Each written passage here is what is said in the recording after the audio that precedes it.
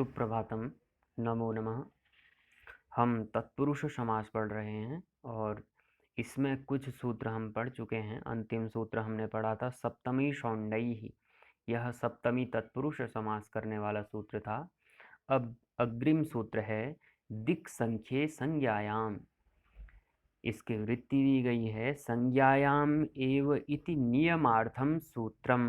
तो यह नियम करने वाला सूत्र है, एक नियम बता रहा है कि दिक् संख्ये, सूत्र में लिखा है दिक् संख्ये संज्ञायाम, दिशावाचक और संख्यावाचक सुबंत का समान अधिकरण सुबंत के साथ समास होता है, कहता है। और कब होता है? संज्ञायाम एव इति, संज्ञा अर्थ गम्यमान होने पर, जब संज्ञा अर्थ वहाँ पर होगा तब ही दिशावाचक और संख्यावाचक समर्थ सुबंत का समास अपने समानाधिकरण सुबंत के साथ समास होगा और वह समास तत्पुरुष समास कहलाएगा। अब उदाहरण दिया है इसमें पूर्वेषु काम शमी। इसका अर्थ है पूर्वेषु काम शमी, इषु काम शमी नामक एक प्राचीन गांव है, उसके लिए कहा है। उदाहरण यह है पूर्वेषु काम शमी, तो इषु काम शमी नामक एक प्राचीन गांव है, उसके लिए कहा है। तो यहाँ पर इसका लौकिक विग्रह बनता है पूर्वा चासौ इषु काम शमी, और अलौकिक विग्रह बनता है पूर्वा सु इषु काम शमी सु। लौकिक विग्रह इसका बना पूर्वा च असौ इषु काम शमी, इषु काम शमी नामक एक प्राचीन गांव। अलौकिक विग्रह इसका बनता है पूर्वा सु इषु काम शमी सु। तो दोनों में सु विभक्ति लगी हुई है, प्रथमा एक वचन की, तो यह दोनों समान अधिकरण हैं, समान विभक्ति वाले हैं, पूर्वा भी और इषु काम शमी भी, इनमें दोनों में समान विभक्ति है तो समान अधिकरण है। और यहाँ पर जो दिक् संख्ये संज्ञायाम है उसके द्वारा कहा गया था कि दिशावाचक और संख्यावाचक सुबंत का, तो यहाँ पर हमें दिशावाचक शब्द प्राप्त है पूर्वा, पूर्व दिशा का वह बोध करा रहा है, तो दिशावाचक शब्द प्राप्त है। तो दिशावाचक इस शब्द का समानाधिकरण सुबंत शब्द के साथ समास होता है। कहा कब होता है? संज्ञा अर्थ जब गम्यमान हो, जब संज्ञा अर्थ हमें प्राप्त हो रही है। तो इषु काम शमी नामक एक प्राचीन गांव, यह इसका अर्थ प्राप्त होता है हमें। तो यही संज्ञा अर्थ यहाँ पर गम्यमान हो रहा है, संज्ञा अर्थ प्राप्त हो रहा है हमें, संज्ञा अर्थक एक नाम प्राप्त हो रहा है कि इषु काम शमी नाम का एक प्राचीन गांव है या था, जो भी। तो यह एक हमें नाम प्राप्त हो रहा है इषु काम शमी। तो पूर्वा हमें दिशा प्राप्त हो रही है और पूर्व दिशा में कैसा इषु काम शमी नाम का प्राचीन गांव है। तो यह संज्ञा हमें यहाँ पर संज्ञा अर्थ बोध हो रहा है, तो इसलिए यहाँ पर दिक् संख्ये संज्ञायाम इस सूत्र से यहाँ पर समास हो जाएगा।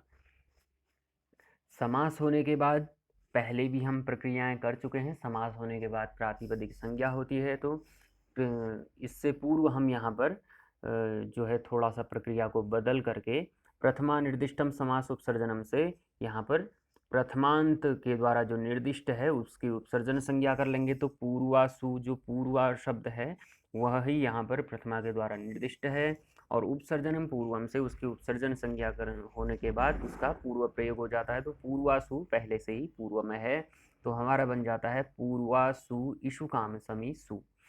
अब यहाँ पर कृत तद्धित समासास्त्र से प्रातिपदिक संज्ञा हो जाती है। सुपो धातु प्रातिपदिक, कृत तद्धित समासास्त्र से प्रातिपदिक संज्ञा किसकी हुई? पूर्वासु इषु काम शमी सु, इस पूरे के पूरे की प्रातिपदिक संज्ञा हो जाती है। सुपो धातु प्रातिपदिक से इनके सुबंत का लोप हो जाता है। पूर्वासु में जो सुविभक्ति है इस सुविभक्ति का लोप हो जाएगा, और इषु काम शमी सु में जो सुविभक्ति है उस सुविभक्ति का लोप हो जाएगा। तो हमारा बचता है पूर्वा इषु काम शमी। अब आगे प्रक्रिया चलती है। पूर्वा के अंत में आ है और पर में ई है, तो यहाँ पर हमें आद गुण से गुण प्राप्त हो जाता है, गुण संधि प्राप्त होती है। तो गुण संधि करने पर आ और ई के स्थान पर ए हमें गुण प्राप्त होता है। ए गुण को मिला देने पर पूर्वेषु काम शमी यह शब्द बनता है। अब वही पहले की प्रक्रिया चलेगी। एक देश विकृतम अनन्यवत, इस जो न्याय है, इस न्याय से प्रातिपदिक संज्ञा मान करके यहाँ पर सुविभक्ति प्राप्त होती, सुविभक्ति आ जाती है। स्वसम और षष्ठाभ्याम विस्मयभ्याम व्यस्मसिभ्याम व्यस्मसोसाम्यो सुप। इस सूत्र से प्रथमा एक वचन में सुविभक्ति यहाँ पर आती है। सुविभक्ति आने पर हलन्याभ्यो दीर्घात सुतिष्य प्रक्तम हल, इस सूत्र के द्वारा सु का लोप कर दिया जाता है और पूर्वेषु काम समी बनता है। पूर्वेषु काम समी यह हमारा शब्द बन जाता है। इसी प्रकार अगला शब्द एक इसी सूत्र में बनता है, पूर्वेषु काम समी बना। इसके बाद सप्तर्षयः कहा है, तो सप्तर्षयः शब्द भी इसी प्रकार से बनता है। 7 ऋषियों की संज्ञा है यहाँ पर, यह भी संज्ञार्थ गम्यमान होने पर यह उदाहरण है संज्ञार्थ का। तो सप्त च ते ऋषयः, वह 7 ऋषियों की संज्ञा, 7 ऋषियों की एक संज्ञा है ना, जो सप्त ऋषि मंडल, एक तारा मंडल भी है, उसको सप्त ऋषि मंडल कहा गया है। तो 7 ऋषियों की जो संज्ञा है उनके नाम भी हैं, प्रत्येक ऋषि का कोई न कोई नाम है और वह स्पष्ट है सभी को। तो 7 ऋषियों की यहाँ पर संज्ञा है, इसमें समास हो रहा है। सप्त च ते ऋषयः, यह लौकिक विग्रह इसका होता है, और अलौकिक विग्रह सप्तन जस ऋषि जस बहुवचन में। तो तिक संख्य संज्ञायाम इस सूत्र से समास हो जाता है यहाँ पर, और आगे की प्रक्रिया वही चलती है। उपसर्जनम पूर्वम जो है उपसर्जन संज्ञा होती है। प्रथमा निर्दिष्टम समास उपसर्जनम से उपसर्जन संज्ञा हो जाएगी, उपसर्जनम पूर्वम से उपसर्जन का पूर्व प्रयोग हो जाता है। प्रातिपदिक संज्ञा होती है कृतद्धित समासास्त्र से, और सुपो धातु प्रातिपदिक की वजह से सुबंत का लोप हो जाता है। तो हमारे पास बचता है सप्तन ऋषि। सप्तन ऋषि बना। इसके बाद न लोपः प्रातिपदिकान्तस्य सूत्र आता है, इससे सप्तन को प्रातिपदिक मान करके उसके अंतिम नकार का लोप कर दिया जाता है। तो हमारे पास बचता है सप्त ऋषि। सप्त ऋषि, अब आगे प्रक्रिया चलती है इसमें। सप्त ऋषि हमारे पास बचा। अब आद्गुणः से यहाँ पर हमें गुण प्राप्त होता है। तो गुण प्राप्त होने पर गुण के साथ में गुण में सप्त में अंतिम अ है और पर में री है। आद्गुणः से गुण प्राप्त होने पर उरण रपरह की सहायता से इस री को अर हो जाता है।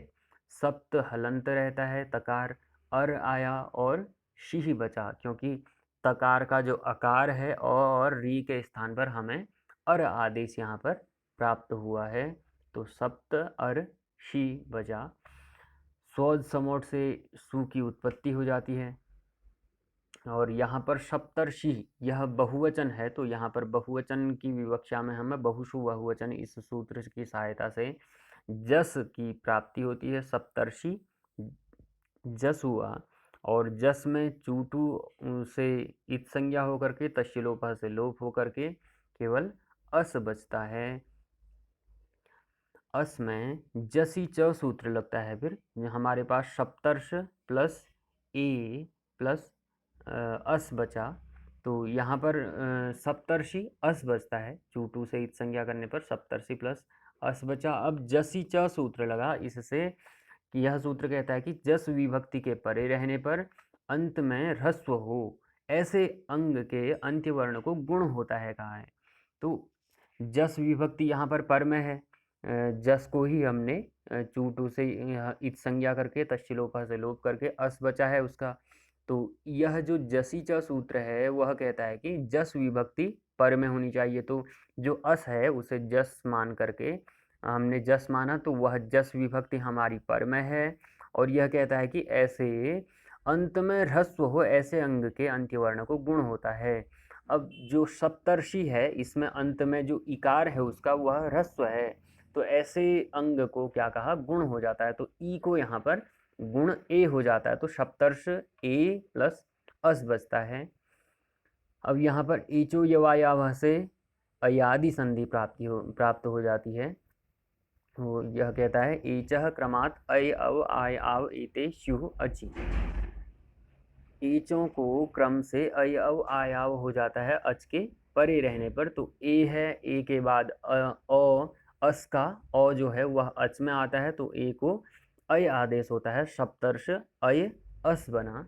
अब यहाँ पर इसको मिला देंगे, सप्तर्षयस बन जाता है। इसके बाद सप्तर्षयस जब बन गया तो स सज सु रूह से रुत्त हो जाता है, जो सकार है अंतिम सकार को रुत्त हो जाता है, उपदेश नासिक से इत संज्ञा हो जाती है, तस्य लोपः से उस रू के उकार का लोप हो जाता है। तो हमारे पास बचता है सप्तर्ष, सप्तर्ष य र बचता है, सप्तर्ष यर ऐसा बचता है। विरामो अवसानम से अवसान संज्ञा हो जाती है रकार की, और खरवसाने और विसर्जनीय से विसर्ग हो जाता है, तो सप्तर्षयः बनता है। ये प्रक्रियाएं आप पहले भी बना चुके हैं। अगला सूत्र आता है यहाँ पर, और इसी सूत्र में कहा है तेन इह न उत्तरावृक्षाः पंच ब्राह्मणाः कहा। ठीक है, तो यह जो सूत्र है दिक्संख्य संज्ञायाम, यह सूत्र कहता है कि दिशावाची और संख्यावाची सुबंत का समान अधिकरण अर्थात समान विभक्ति वाले सुबंत के साथ समास होता है। कब होता है? संज्ञा अर्थ गम्यमान होने पर। अब हमें कहीं पर दिशावाची और संख्यावाची सुबंत मिल जाता है, लेकिन वहां पर संज्ञा अर्थ गम्यमान न हो रहा हो, तो ऐसी स्थिति में नहीं होगा। तो इसी को बताने के लिए कहा तेन इह न, इसीलिए यहाँ पर नहीं होता है यह इस दिक्संख्य संज्ञायाम से समास। कहाँ पर? उत्तराह वृक्षाः, उत्तरा वृक्षाः है और पंच ब्राह्मणाः का है। ठीक है, तो उत्तरा वृक्षाः कह दिया कि उत्तर दिशा के वृक्ष कहा। ठीक, तो अब सूत्र की वृत्ति, सूत्र के अर्थ को समझिए। वह सूत्र कहता है कि दिशावाची और संख्यावाची सुबंत का समान अधिकरण सुबंत के साथ समास होता है। अब दिशावाची शब्द हमें यहाँ पर प्राप्त हो गया है उत्तराह, उत्तर दिशा के, वृक्षाह कहा है वृक्ष। ठीक, तो हमें दिशावाचक शब्द प्राप्त हो गया है। ठीक, अब यहाँ पर कहा है कि उसका समान अधिकरण सुबंत के साथ समास होता है। ठीक है, दोनों समान अधिकरण है, समान विभक्ति में है, दोनों बहुवचन में है, उत्तराह भी और वृक्षाह भी। और एक चीज कहा है कि संज्ञा अर्थ गम्यमान होने पर। कब यहाँ पर समास होगा? जब संज्ञा अर्थ गम्यमान होगा। संज्ञा अर्थात कोई नाम वहां पर प्राप्त होगा। अब यहाँ पर उत्तराह वृक्षाह कह दिया, तो यहाँ पर कोई संज्ञा प्राप्त नहीं हो रही है, क्योंकि उत्तराह वृक्षाह कहने से उत्तर दिशा के वृक्ष कह दिया। तो उत्तर दिशा में तो हजारों वृक्ष हैं, कोई विशेष वृक्ष वहां पर बताया नहीं है कि इसका वृक्ष हो वह। ठीक, तो उत्तर दिशा में हजारों वृक्ष है, इसलिए यहाँ पर संज्ञा कोई नाम यहाँ पर हमें प्राप्त नहीं हो रहा है। किस प्रकार से? जिस प्रकार से पूर्वेषु काम समी में हमें पूर्व दिशा में ईशु काम समी नाम का गांव, यह स्पष्ट यहाँ पर प्राप्त हो रहा था। यदि कह दिया जाता है पूर्व में गांव कह दिया जाता, तो पूर्व दिशा में तो बहुत सारे गांव होते, तो ऐसी स्थिति में यहाँ पर दिक् संख्य संज्ञायाम से समास नहीं होता। लेकिन यहाँ पर कहा गया पूर्वेषु काम समी, पूर्व दिशा में ईशु काम समी नाम का गांव, तो यहाँ पर हमें स्पष्ट प्राप्त हो जाता है। संज्ञा अर्थ यहाँ पर गम्यमान होता है, संज्ञा हमें प्राप्त होती है कि किसके लिए कहा जा रहा है, तो पूर्व दिशा, दिशावाचक शब्द वहाँ पर था, और ईशु काम समी यह हमें वहाँ पर संज्ञा अर्थ गम्यमान हो रहा था। और उत्तराह वृक्षा, इसीलिए यहाँ पर उत्तराह वृक्षाः जो कहा है उत्तर दिशा के वृक्ष, तो उत्तर दिशा शब्द हमें यहाँ पर प्राप्त है, और ये दोनों समान अधिकरण है। लेकिन वृक्षाः कहा है, कोई स्पष्ट वृक्ष यहाँ पर नहीं दिया कि उत्तर दिशा में उस वृक्ष का कोई नाम नहीं दिया है। वृक्षाः कहा है, वृक्षाः कहने से बहुत सारे वृक्षों की यहाँ पर प्राप्ति होती है, इसलिए यहाँ पर दिक् संख्य संज्ञायाम से समास नहीं होता है। इसी प्रकार से पंच ब्राह्मणाः कहा है, तो 5 ब्राह्मण कह दिया। ठीक है, तो सप्तर्षयः की तरह ही यह बन रहा है पंच ब्राह्मणाः, 5 ब्राह्मण। लेकिन यहाँ पर क्या हो रहा है? पंच ब्राह्मणाः। अब हमें क्या क्या प्राप्त है यहाँ पर? पंच अर्थात यहाँ पर दिशावाची और संज्ञावाची, दिक् संख्य कहा है, दिशावाची हो या संख्यावाची शब्द हो, तो यहाँ पर पंच हमें संख्यावाची शब्द प्राप्त हो जाता है। और ब्राह्मणाः तो समानाधिकरण शब्द भी प्राप्त हो जाता है, बहुवचन का पंच भी बहुवचन में है और ब्राह्मण भी बहुवचन में है, तो दोनों समानाधिकरण शब्द प्राप्त हो जाते हैं। लेकिन यहाँ पर हमें कोई संज्ञा ज्ञात नहीं हो रही है, कोई संज्ञा अर्थ यहाँ पर गम्यमान नहीं हो रहा है। पंच ब्राह्मणा कह दिया, 5 ब्राह्मण। अब 5 ब्राह्मण कौन से? कोई भी 5 ब्राह्मण इस प्रकार से प्रसिद्ध नहीं है। जैसे सप्तर्षयः था, 7 ऋषि, तो 7 ऋषि प्रसिद्ध हैं। जिस प्रकार से ऐसे ही सप्तर्षि तारामंडल है, तो वह उन 7 ऋषियों के नाम से ही वह तारामंडल जाना जाता है। तो इस प्रकार से जैसे सप्तर्षयः कहा है, इसी प्रकार से पंच ब्राह्मणा कह दिया, तो कौन से 5 ब्राह्मण? तो कोई 5 ब्राह्मण ऐसे स्पष्ट रूप से कहीं पर भी उल्लिखित नहीं है, इसीलिए यहाँ पर पंच ब्राह्मणा हमें कोई भी संज्ञा अर्थ गम्यमान नहीं हो रहा है, इसलिए यहाँ पर दिक् संख्य संज्ञायाम से समास नहीं होगा। आगे बढ़ते हैं। अगला सूत्र है तद्धितार्थोत्तर पद समाहारे च। यह सूत्र कहता है तद्धितार्थे विषये उत्तरपदे च परतः समाहारे च वाच्ये दिक्संख्ये प्राग्वत् पूर्वस्यां शालायां भवः पूर्वा शाला इति समासे जाते। फिर वार्तिक दिया है सर्वनामनो वृत्तिमात्रे पुंवद् भावः। तो यह सूत्र कहता है तद्धितार्थे विषये उत्तरपदे च परतः विषये परतः समाहारे च वाच्ये दिक्संख्ये प्राग्वत्। यह सूत्र कहता है तद्धितार्थे विषय, तद्धित प्रत्यय के अर्थ का विषय होने पर, या उत्तर पदे च परतः, या फिर उत्तर पद के परे होने पर, अथवा समाहारे च, अथवा समाहार अर्थात समूह अर्थ होने पर, वाक्य दिक् संख्ये प्राग्वत्। तो क्या होता है, ऐसा होने पर दिशा और संख्या के वाचक समर्थ सुबंत का समान विभक्ति वाले सुबंत के साथ समास होता है और वह तत्पुरुष समास कहलाता है।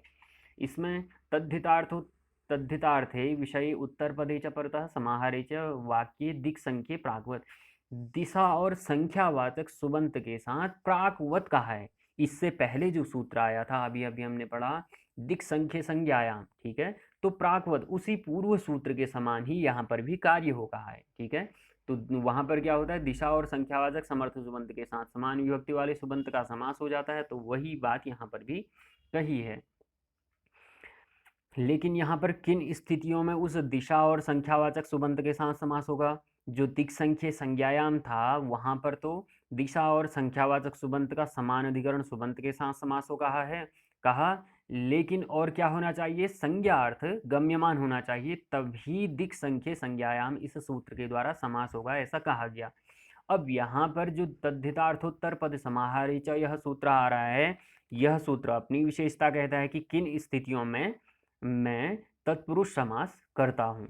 तो यह कहता है कि दिशा और संख्या के वाचक समर्थ सुबंत का समान विभक्ति वाले समर्थ सुबंत के साथ समास होता है, लेकिन कब होता है, वह यह कहता है कि तद्धित, या तो क्या हो, तद्धित प्रत्यय के अर्थ का विषय होना वहां पर, ठीक, और ये अथवा क्या हो, उत्तर पद पर में होना चाहिए, तो तब समास कर दूंगा मैं, अथवा क्या होना चाहिए, समाहार अर्थात समूह अर्थ होना चाहिए। तो इन 3 स्थितियों में से कोई भी स्थिति हो तो उस स्थिति में मैं संख्या के वाचक समर्थ सुबंत का दिशा और संख्या के वाचक जो समर्थ सुबंत हैं उसके साथ समास करता हूँ, ठीक है। एक बार और देख लीजिए इसका अर्थ। तद्धितार्थोत्तर पद समाहारे च, यह सूत्र कहता है तद्धितार्थे विषये उत्तर पदे च परतः समाहारे च वाक्ये दिक् संख्ये प्राग्वत्। यह कहता है तद्धितार्थे विषय, तद्धित प्रत्यय के अर्थ का विषय होने पर उत्तर पदे च परतः, अथवा उत्तर पद के परे होने पर, अथवा समाहारे च वाक्ये, अथवा समाहार अर्थात समूह अर्थ होने पर वहां पर, तो दिक् संख्ये प्राग्वत् दिशावाचक और संख्यावाचक समर्थ सुबंत के साथ समास होता है, और वह समास क्या कहलाता है, तत्पुरुष समास कहलाता है।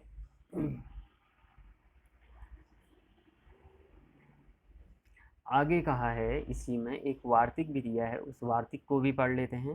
उदाहरण बीच में दिया है पूर्वश्याम शालायाम भवः पूर्वा शाला इति समासे जाते, ऐसा कहा है। तो वार्तिक कह रहे हैं सर्वनामनो वृत्ति मात्रे पुंवद् भावः।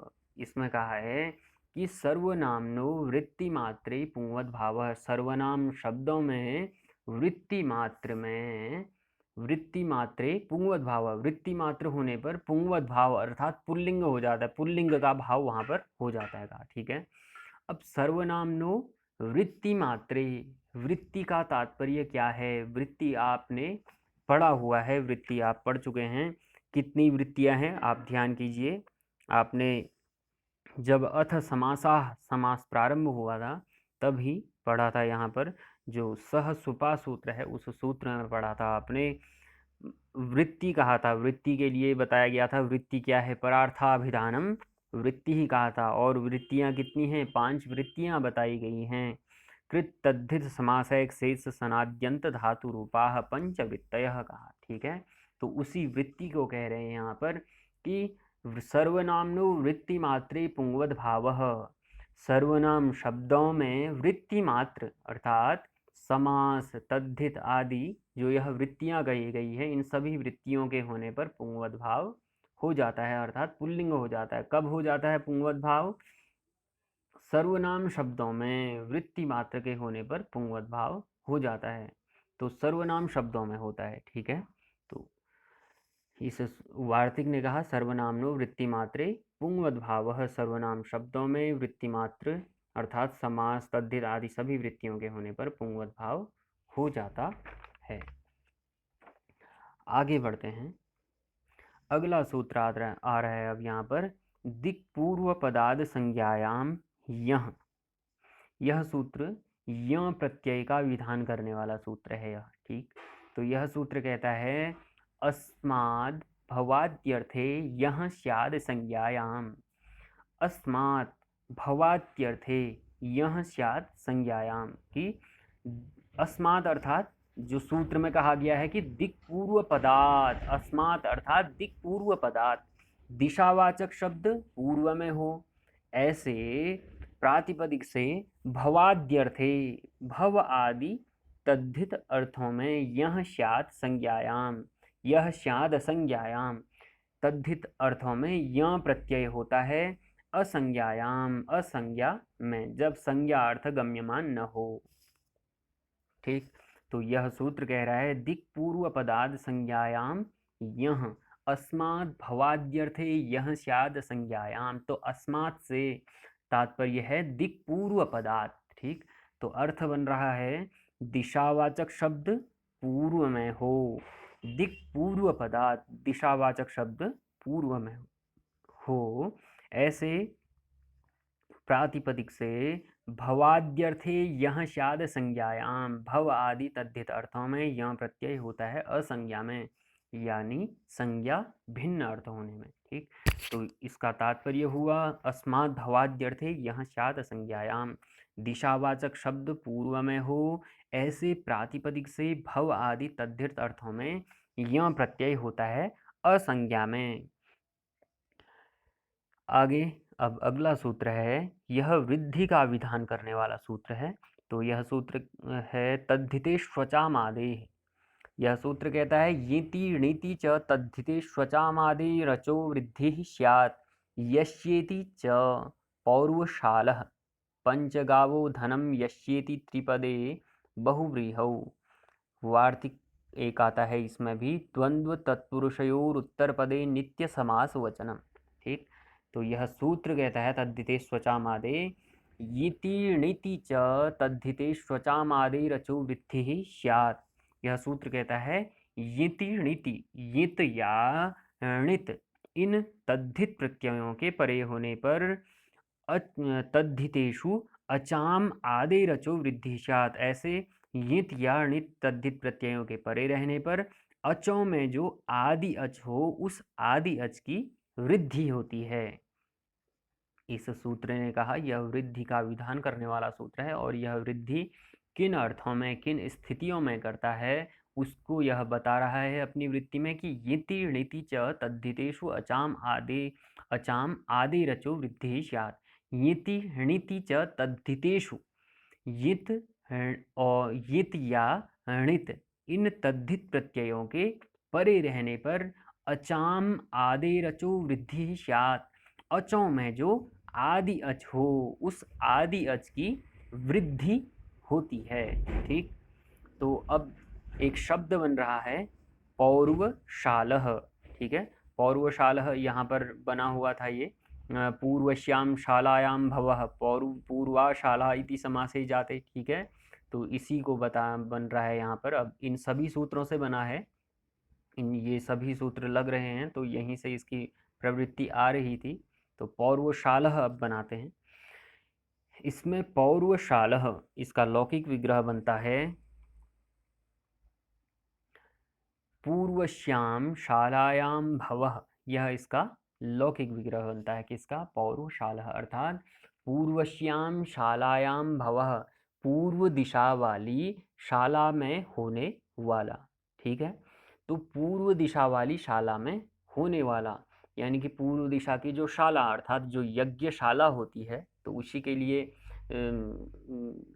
शॉर्ट में उसे शाला कह दिया गया। तो पूर्व दिशा की शाला में होने वाला जो भी यज्ञ इत्यादि है उसके लिए कहा गया है कि पौर्वशालः पूर्वश्याम शालायां भवः, पूर्व दिशा की शाला में होने वाला कार्य, कोई भी कार्य। ठीक है, तो पूर्वश्याम शालायां भवः, यह लौकिक विग्रह इसका बना। अब इसका अलौकिक विग्रह पूर्वांगी शाला ङी, सप्तमी विभक्ति में बन रहा है ङी। ठीक है, एक सप्तमी विभक्ति एक वचन यहाँ पर लगा हुआ है, ङी विभक्ति लगी हुई है दोनों में, तो दोनों समान अधिकरण है। समान अधिकरण का तात्पर्य समान विभक्ति है। ठीक है, तो जिनके समान अधिकरण अर्थात समान विभक्ति वाले हैं यहाँ पर ये दोनों, पूर्वा में भी ङी सप्तमी एक वचन की विभक्ति लगी हुई है और शाला में भी सप्तमी एक वचन की ङी विभक्ति लगी हुई है। ठीक, तो अब यहाँ पर सूत्र लगता है तद्धितार्थोत्तर पद समाहारे च, इस सूत्र से यहाँ पर क्या होता है? समास होता है। अब क्यों यहाँ पर समास होता है? उस सूत्र ने क्या कहा था? तद्धितार्थोत्तर पद समाहारे च, इस सूत्र ने कहा था कि तद्धितार्थोत्तर पद समाहारे च, तद्धित प्रत्यय के अर्थ का विषय होने पर अथवा उत्तर पद के परे होने पर अथवा समाहार या समूह अर्थ होने पर दिशा और संख्यावाचक समर्थ सुबंध के साथ मैं समास करता हूँ। ठीक, तो यहाँ पर जो है दिशावाचक शब्द है पूर्वा, ठीक, और समान अधिकरण है ये दोनों। ठीक हो गया। अब इसमें किसके साथ समास होना है कहा है? तद्धित प्रत्यय के अर्थ का या तो विषय होना चाहिए यहाँ पर, या उत्तर पद पर में होना चाहिए, अथवा समूह अर्थ होने पर मैं समास करता हूँगा। तो यहाँ पर जो है यह तद्धित वाक्य है, एक पौर्वशाला पूर्वश्याम शालायां भवः, यह एक तद्धित का वाक्य है। इसलिए यहाँ पर तद्धित प्रत्यय का तद्धितार्थ का विषय होने के कारण तद्धितार्थोत्तर पद समाहारे च, इस सूत्र के द्वारा यहाँ पर समास किया गया। किसका समास हुआ? पूर्वांगी शालांगी, इस पूरे के पूरे का समास हो जाता है। आगे वही प्रक्रिया चलती है। कृतद्धि समासास्य से प्रातिपदिक संज्ञा हो जाती है किसकी? पूर्वांगी शालांगी, इसके पूरे के पूरे की समास संज्ञा प्राप्त हो जाती है। कृतद्धित समासास्य से प्रातिपदिक संज्ञा हो जाती है और सुपो धातु प्रातिपदिक से इन प्रातिपदिक के जो सुबंत हैं उनका लोप हो जाता है। तो पूर्वा के ङी का लोप और शाला के ङी का लोप हो गया, तो हमारे पास बचा पूर्वा शाला बचा। आगे सुपो धातु प्रातिपदिक से लोप हुआ। इसके बाद प्रथमा निर्दिष्टम समास उपसर्जनम से उपसर्जन संज्ञा हुई। किसकी हुई? पूर्वा शब्द जो है उस शब्द की प्रथमा निर्दिष्टम समास उपसर्जनम से उपसर्जन संज्ञा हो जाती है। उपसर्जनम पूर्वम से उसका पूर्व प्रयोग होता है, तो वह पहले से ही पूर्व में प्रयुक्त है। अब अगला सूत्र यहाँ पर लगता है सर्वनाम्नो वृत्तिमात्रे पुंवद भावः। यह सूत्र कहता है सर्वनाम्नो वृत्तिमात्रे पुंवद भावः, यह पुंवद भाव करने वाला सूत्र है। तो वार्तिक है यह। ठीक, तो हमने तद्धितार्थोत्तर पद समाहारे च, इस सूत्र के साथ यह वार्तिक आया था। सर्वनाम्नो वृत्तिमात्रे पुंवद भाव, यहाँ पर यह वार्तिक है, आप देख लीजिए तद्धितार्थोत्तर पद समाहारे च। तो तद्धितार्थोत्तर पद समाहारे च सूत्र लग गया। उसके बाद वार्तिक का विधान हुआ है तो वार्तिक यहाँ पर लगेगा। यह वार्तिक कहता है सर्वनाम्नो वृत्तिमात्रे पुंवद भाव, सर्वनाम शब्दों में जो वृत्ति मात्र अर्थात समास तद्धित ये जो वृत्तियां हैं, इन सभी वृत्तियों के होने पर पुंवद भाव हो जाता है। तो यहाँ पर जो है जो शब्द है पूर्वा और शाला, यह जो शब्द है इसमें से जो पूर्वा है, इस पूर्वा के आकार को अकार हो जाता है पुंवद भाव होकर के। ठीक है, अभी पूर्वा यह स्त्रीलिंग में है, तो इस स्त्रीलिंग को पुल्लिंग हो जाता है। किस सूत्र से? सर्वनामनो वृत्ति मात्रे पुंवद भावः। यह जो शब्द है, इस पूर्व शब्द को पुंवद भाव हो जाता है। तो पुंवद भाव होकर के पूर्व शाला यहाँ पर बन जाता है। इसके बाद सूत्र लगा दिक् पूर्व पदार्थ संज्ञायाम यह सूत्र, इस सूत्र ने कहा कि अस्मात् भवाद्यर्थे यह स्याद संज्ञायाम की दिशावाचक शब्द पूर्व में हो, ऐसे प्रातिपदिक से भव आदि तद्धित अर्थों में यह प्रत्यय होता है असंज्ञा में। तो यहाँ पर दिक् पूर्व पदार्थ संज्ञायाम इस सूत्र की सहायता से जो पूर्व शाला बना है, इसके बाद जो है यह प्रत्यय हो जाएगा यहाँ पर कि, क्योंकि पूर्व में क्या है? दिशावाचक शब्द है। ऐसे प्रातिपदिक से भव आदि अर्थों में हमने पहले बनाया था ना, पूर्वश्याम शालायाम भवः, क्योंकि तद्धित वाक्य है। ठीक, तो ऐसी स्थिति में इसने कहा कि दिशावाचक शब्द पूर्व में हो, ऐसे प्रातिपदिक से भव आदि तद्धित अर्थों में। तो यह तद्धितार्थक यह वाक्य है, पूर्वश्याम शालायाम भवः। तो ऐसी स्थिति में पूर्वाशाला बना, पूर्वशाला में यं प्रत्यय हो जाता है।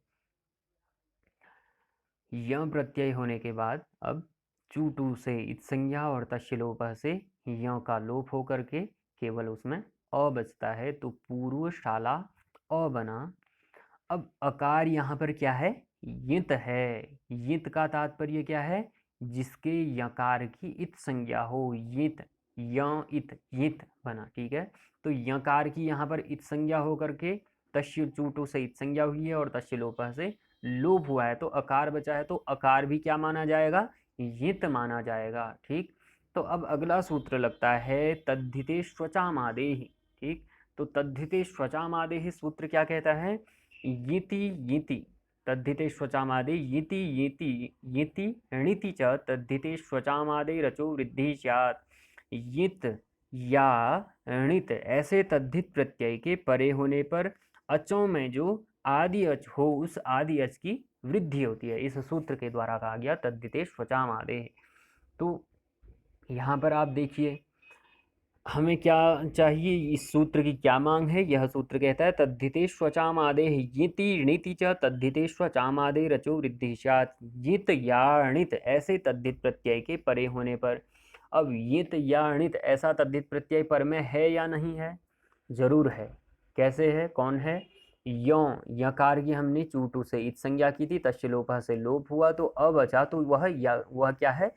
यित है, क्योंकि उसमें यकार की इत संज्ञा हुई है, इसलिए उसे यित कहा गया। णित किसे कहा जाएगा? जिसमें णकार की इत संज्ञा होगी। तो हमें यहाँ पर यित प्राप्त है। तो ऐसे यित या णित तद्धित प्रत्यय के परे होने पर कहा, तो यित हमारा ऐसा तद्धित प्रत्यय पर में है, और ऐसे में अचों में जो आदि अच होगा उसको वृद्धि हो जाएगी कहा है। तो यहाँ पर जो प्रथम शब्द है हमारा पूर्वशाला, इसमें आदि अच अर्थात सबसे पहला अच जो आ रहा है, उस सर्वप्रथम अच को क्या हो जाएगा? वृद्धि हो जाएगी। तो सबसे पहला वर्ण है प है। प में क्या जुड़ा हुआ है? उ जुड़ा हुआ है, पूर्व। ठीक है, तो प जो है वह अच नहीं है, वह तो हलंत वर्ण है। अब जो ऊ है वह क्या है? अच है। तो इसमें कहा गया है कि जो सर्वप्रथम आदि अच होगा उसको क्या हो जाएगी? वृद्धि हो जाएगी। जो प में उकार है, उस उकार को क्या हो जाएगी? वृद्धि हो जाएगी। तो वृद्धि होकर के यहाँ पर ऊ को अवृद्धि हुई है, तो पौर्वशाला अ बना। ठीक है, ऊ को अवृद्धि हो गई। किस सूत्र से हुई? तद्धिते श्वचामादे। ठीक है, तो पू में जो उकार था, प में जो उकार था, उस उकार को वृद्धि होकर के अ बना, पौर्वशाला अ बन गया। अब अगला सूत्र लगता है यचि भम। इस सूत्र से भ संज्ञा हो जाती है। किसकी हो जाती है? पौर्वशाल, पौर्वशाल की, इसकी भ संज्ञा हो जाती है। और भ संज्ञा होने पर यश्येति च एक सूत्र आता है। इस सूत्र से इसके आकार का लोप हो जाता है। किसके? पौर्वशाला जो शब्द है, इस पौर्वशाला के आकार का लोप हो जाता है। तो लोप होने से आकार का केवल वहाँ पर ल बचता है, तो पौर्वशाल प्लस औ। पौर्वशाल में जो लकार है वह हलंत है, क्योंकि उसमें जो लगा हुआ आकार था उस आकार वर्ण का यश्येति च से लोप हो गया, तो पौर्वशाल अ बना, और हलंत लौ के साथ मिल जाता है तो पौर्वशाल बना। ठीक, अब आगे हमें बनना है पौर्वशाल, तो विसर्ग की आवश्यकता है, तो वही प्रक्रिया चलेगी। एक देश विकृतम अनन्यवत, इस न्याय की सहायता से प्रातिपदिक मान करके पौर्वशाल को प्रातिपदिक संज्ञा प्रातिपदिक मान करके सौत समोट से सु की उत्पत्ति हो जाएगी। उसके बाद सु की रुत्व विसर्ग होकर के पौर्वशाल बन जाता है हमारा शब्द। ठीक, आगे है अब गोर तद्धित लुक, यह सूत्र आता है। ठीक, तो यह सूत्र कहता है गोअंता तत्पुरुषा टच स्यात् समासांतो न तु तद्धित लुकी। इसमें उदाहरण दिया है पंचगवधनः। तो यह सूत्र कहता है गोर तद्धित लुकी, गोअंता तत्पुरुषा टच स्यात् समासांतो न तु तद्धित लुकी। यह सूत्र कहता है गोअंता तत्पुरुषा टच स्यात्, गो शब्द अंत में हो ऐसे तत्पुरुष समास से परे समासांत टच प्रत्यय होता है।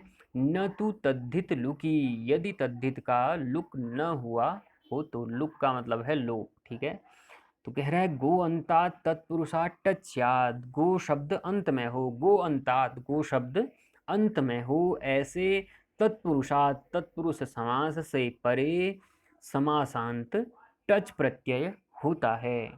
न तो तद्धित लुकी, यदि तद्धित प्रत्यय का लोप न हुआ हो तो तभी होता है। अब उदाहरण देखते हैं, पंचगवधनः बना है उदाहरण। पंचगवधनः अर्थात 5 गाय धन है जिसका ऐसा वह व्यक्ति, पंचगावो धनम यस्य, जिसकी 5 गायें उसका धन है ऐसा वह व्यक्ति। तो पंचगावो धनम यस्य, यह इसका लौकिक विग्रह बना है। अब इसमें और पंचन जस, गो जस धन सु, यह इसका अलौकिक विग्रह बना है। पंचन बहुवचन में है तो इसमें जस विभक्ति लगी है, गो जस विभक्ति लगी है इसमें भी बहुवचन में, और धन प्रथमा एक वचन की सु विभक्ति लगी है।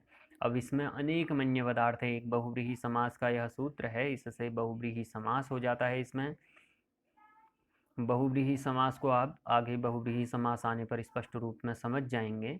तो आगे बढ़ते हैं, यहाँ पर अभी सिर्फ इतना समझ जाइए, पंचन जस, गो जस और धन सु, यह इसका पंचगावो धनम यश्य इसका अलौकिक विग्रह बना है। और अनेक मन्य पदार्थ है, इसे बहुव्रीहि समास हो गया है यहाँ पर। और वैकल्पिक समास यहाँ पर तद्धितार्थोत्तर पद समाहारे च, इस तत्पुरुष के सूत्र से यहाँ पर प्राप्त है हमें। अगला सूत्र यहाँ पर लगता है द्वंद्व तत्पुरुषयोर उत्तर पदे नित्य समास वचनम, यह नित्य समास करने वाला एक सूत्र यहाँ पर लगा है। इस सूत्र से यहाँ पर क्या हो जाता है, समास हो जाता है। इसमें पंचन जस, गो जस, धन सु, द्वंद्व तत्पुरुषयोर उत्तर पदे नित्य समास वचनम। अब आगे वही प्रक्रिया चलती है, कृत तद्धित समासास्या से प्रातिपदिक संज्ञा हो जाती है, और सुपो धातु प्रातिपदिक से सुबंत का लोप हो जाता है। तो पंचन में से जस विभक्ति का लोप हो जाता है, पंचन बचा, गो में से जस विभक्ति का लोप हो जाता है, गो बचा, और धन में से सु विभक्ति का लोप हो जाता है, तो हमारे पास धन बचा। तो पंचन गो धन हमारे पास रहता है। इसके बाद न लोपः प्रातिपदिकान्तस्य सूत्र लगा, इसके द्वारा जो पंचन प्रातिपदिक शब्द है उसके नकार का लोप हो जाता है, तो हमारे पास पंच गो धन यह बचता है। अगला सूत्र लगता है जो हमारे द्वारा अभी अभी पढ़ा गया, गोर तद्धित लुकी कहता है। यह सूत्र क्या कहता है, गोर तद्धित लुकी, गोअंतात् तत्पुरुषात् टच्यात् समासांतो न तु तद्धित लुकी, कि गो अंतात तत्पुरुषात्, यह कहता है गो शब्द अंत में हो तो पंच गो। ठीक है, तो जो शब्द हमारा बना है वह पंच गो प्लस धन ये बना है। ठीक है, तो यह शब्द कहता है गोअंतात् तत्पुरुषात् टच स्यात्। गो शब्द अंत में हो ऐसे तत्पुरुष समास से परे टच प्रत्यय होता है। तो पंच गो के बाद टच प्रत्यय होता है, ऐसा यह कह रहा है। और कब होता है? न तू तद्धित लुकी, जब वहां पर तद्धित प्रत्यय का लोप न हुआ हो तो तभी ऐसी स्थिति में। एक तो क्या होना चाहिए? शब्द गो अंत होना चाहिए, उस शब्द के अंत में गो होना चाहिए, और उससे परे टच प्रत्यय होता है। कब होता है? जब यदि वहां पर तद्धित प्रत्यय का लोप न हुआ हो। तो यहाँ पर पंच गो में अंतिम गो शब्द हमें प्राप्त है, और उसके बाद जो धन शब्द है वह तद्धित प्रत्यय का शब्द है। तो उस तद्धित का यहाँ पर लोप नहीं किया गया है, तो पंच गो के बाद टच प्रत्यय का यहाँ पर विधान करते हैं। तो पंच गो प्लस टच प्लस धन बन जाता है। आगे चूटू यह सूत्र लगा, इसके द्वारा टकार की इत संज्ञा होकर के और तस्य लोपः से लोप हो जाता है। चौकी हलंत्यम से इत संज्ञा होकर के तस्य लोपः से लोप हो जाता है। तो हमारे पास केवल बचता है अ। तो पंचगो अ धन, यह हमारे पास बना।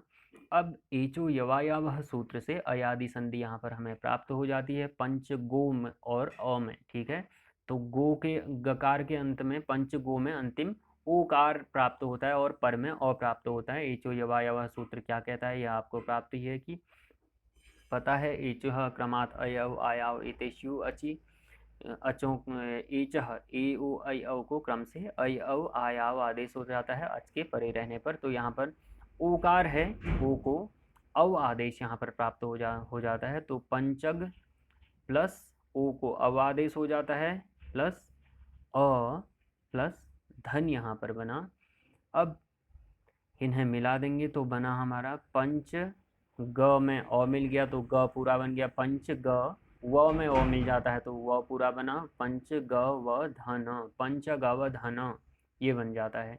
इसके बाद एक देश विकृतम अनन्यवत, इस न्याय से प्रातिपदिक संज्ञा मान करके सुविभक्ति आती है और ऋतु विसर्ग होकर के पंच गव धन यह शब्द हमारा बन जाता है। आगे सूत्र आता है अब तत्पुरुषः समानाधिकरणः कर्मधारयः। यह कर्मधारय संज्ञा का विधान करने वाला संज्ञा सूत्र है। यह कर्मधारय संज्ञा करता है यह सूत्र। ठीक, तो यह सूत्र है तत्पुरुषः समानाधिकरणः कर्मधारयः। यह सूत्र कहता है तत्पुरुषः समान अधिकरणः कर्मधारयः, यानी कि समान अधिकरण तत्पुरुष समास कर्मधारय संज्ञक होता है। जो समानाधिकरण तत्पुरुष समास होगा उस समास की कर्मधारय संज्ञा हो जाएगी पूर्व पद और उत्तर पद में। यानी कि समानाधिकरण का तात्पर्य यही है कि पूर्व पद और उत्तर पद में एक ही विभक्ति होनी चाहिए, समान विभक्ति पद होने चाहिए। तो उस समान विभक्ति पद की तत्पुरुष समास में कर्मधारय संज्ञा हो जाएगी। अगला सूत्र आता है संख्या पूर्वो द्विगुः। यह द्विगु संज्ञा का विधान करने वाला संज्ञा सूत्र है। इससे पूर्व कर्मधारय संज्ञा वाला सूत्र पढ़ा, तत्पुरुषः कर्म समानाधिकरण कर्मधारय। अब द्विगु संज्ञा करने वाला सूत्र है संख्या पूर्वो द्विगुः। यह सूत्र कहता है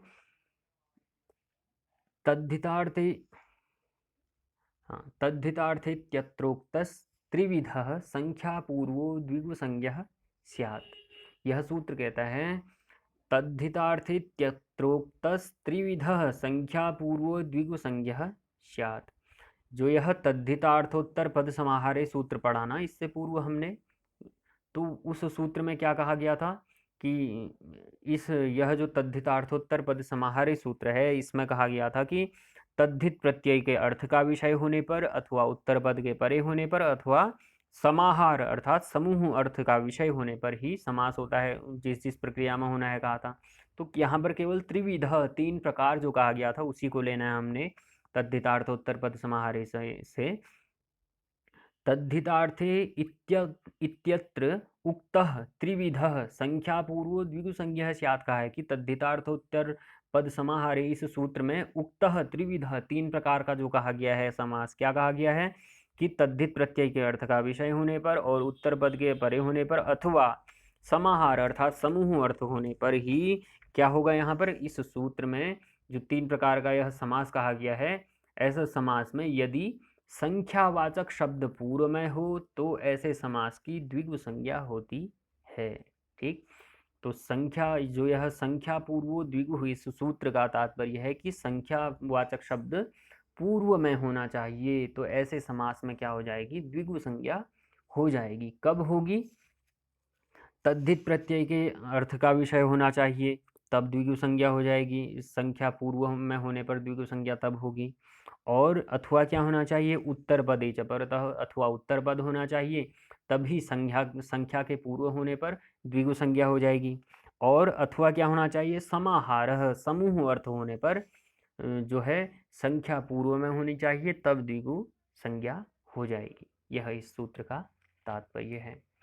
अगला सूत्र आ रहा है द्विगु रेक वचनम। यह सूत्र कहता है, एकत्व प्रतिपादक यह सूत्र है, एकत्व का विधान करने वाला यह सूत्र है। यह कहता है द्विगुरेक वचनम द्विग्वर्थः समाहार एकवत स्यात्। जो द्विगु समास का अर्थ समाहार एक वचन होता है, ऐसा इस सूत्र के द्वारा कहा गया। इस सूत्र ने विधान किया कि द्विग्वर्थः समाहार एकवत, द्विगु समास का जो समाहार अर्थ होगा वह एक वचन होगा। अगला सूत्र आता है, बिल्कुल स्पष्ट, यह आपको जैसे ही हम अभी शब्दों को बनाएंगे तो वहाँ पर बिल्कुल यह स्पष्ट हो जाएंगे आपको कि द्विगु एक वचन, यह द्विगु समाहार का, द्विगु समास का जो अर्थ समाहार है वह एक वचन होता है। तो अभी अर्थ समझ लीजिए, बिल्कुल स्पष्टता आपको जब हम शब्द अभी बनाएंगे उसमें आपको हो जाएगी। अगला सूत्र आता है सनपुंसकम। यह नपुंसक का विधान करने वाला सूत्र है। यह कहता है समाहारे द्विगुर द्वंद्वस्य नपुंसकम स्यात्। समाहार में अर्थात समूह में द्विगु और द्वंद्व नपुंसक होता है, अर्थात उनकी नपुंसक लिंग संज्ञा होती है, वह नपुंसक लिंग में प्रयुक्त होते हैं। कब, समाहार में द्विगु और द्वंद्व समास, द्विगु समास और द्वंद्व समास नपुंसक लिंग होते हैं, इनका नपुंसक लिंग में प्रयोग होता है। अब आगे बढ़ते हैं, इनके उदाहरण देखते हैं। सबसे पहला उदाहरण आ रहा है पंचगवम। यह सूत्र, यह इसका लौकिक विग्रह है पंचानाम गवाम समाहारः, 5 गायों का समूह। और इसका अलौकिक विग्रह है पंचन आम गो आम। इसमें समास करने वाला सूत्र जो है वह लग रहा है तद्धितार्थोत्तर पद समाहारे च। यह सूत्र क्यों लग रहा है यहाँ पर, तद्धितार्थोत्तर पद समाहारे च, इस सूत्र के द्वारा यहाँ पर क्या की जा रही है, समास किया जा रहा है तद्धितार्थोत्तर पद समाहारे च। यह सूत्र क्या कहता है, तद्धित प्रत्यय के अर्थ का विधान होने पर अथवा उत्तर पद के परे होने पर और या समूह अर्थ होने पर क्या करता है, यह समास करता है। तो यहाँ पर समाहार अर्थात समूह अर्थ का जो है विधान किया गया है। पंचगवम पंचानाम गवाम समाहार, 5 गायों का समूह। तो समूह अर्थ यहाँ पर हो रहा है, तो समूह अर्थ होने से तद्धितार्थ उत्तर पद समाहार, इस सूत्र के द्वारा यहाँ पर समास किया गया। समास करने के बाद तद्धित समासार्थ से प्रातिपदिक संज्ञा हो गई, सुपो धातु प्रातिपदिक से सुबंत का लोप हो जाता है। सुमंत का लोप होने पर पंच गो बचा हमारे पास, न लोप प्रातिपदिकांतस्य से पंचन के नकार का लोप हो जाता है, तो पंच गो बचा। गोर तद्धित लुकी, इसके बाद सूत्र आता है गोर तद्धित लुकी। इस सूत्र के द्वारा जो है टच प्रत्यय का विधान किया जाता है। कब किया जाता है, गो शब्द अंत में हो ऐसे तत्पुरुष समास से परे टच प्रत्यय होता है। कब होता है, और यदि तद्धित प्रत्यय का लुक न हुआ हो तो पंच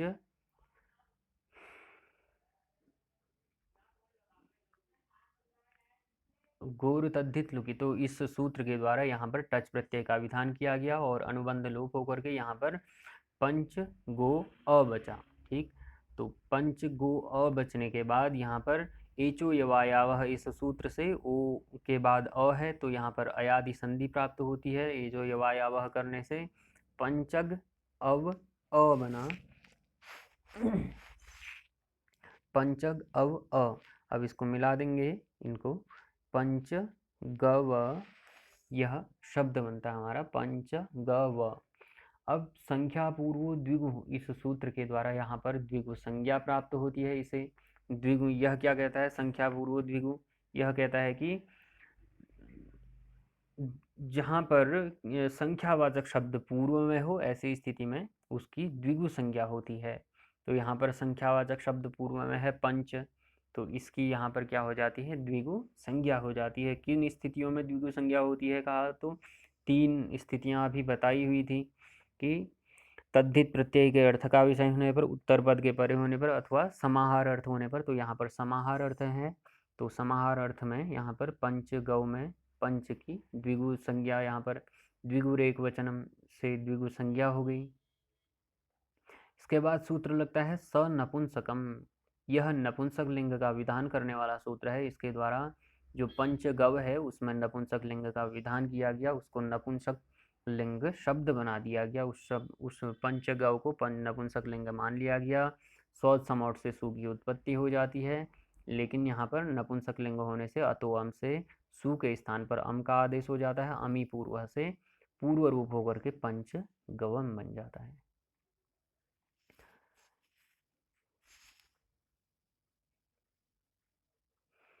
तो पंचगवम ये शब्द बना हुआ हमने देखा। अब अगला सूत्र है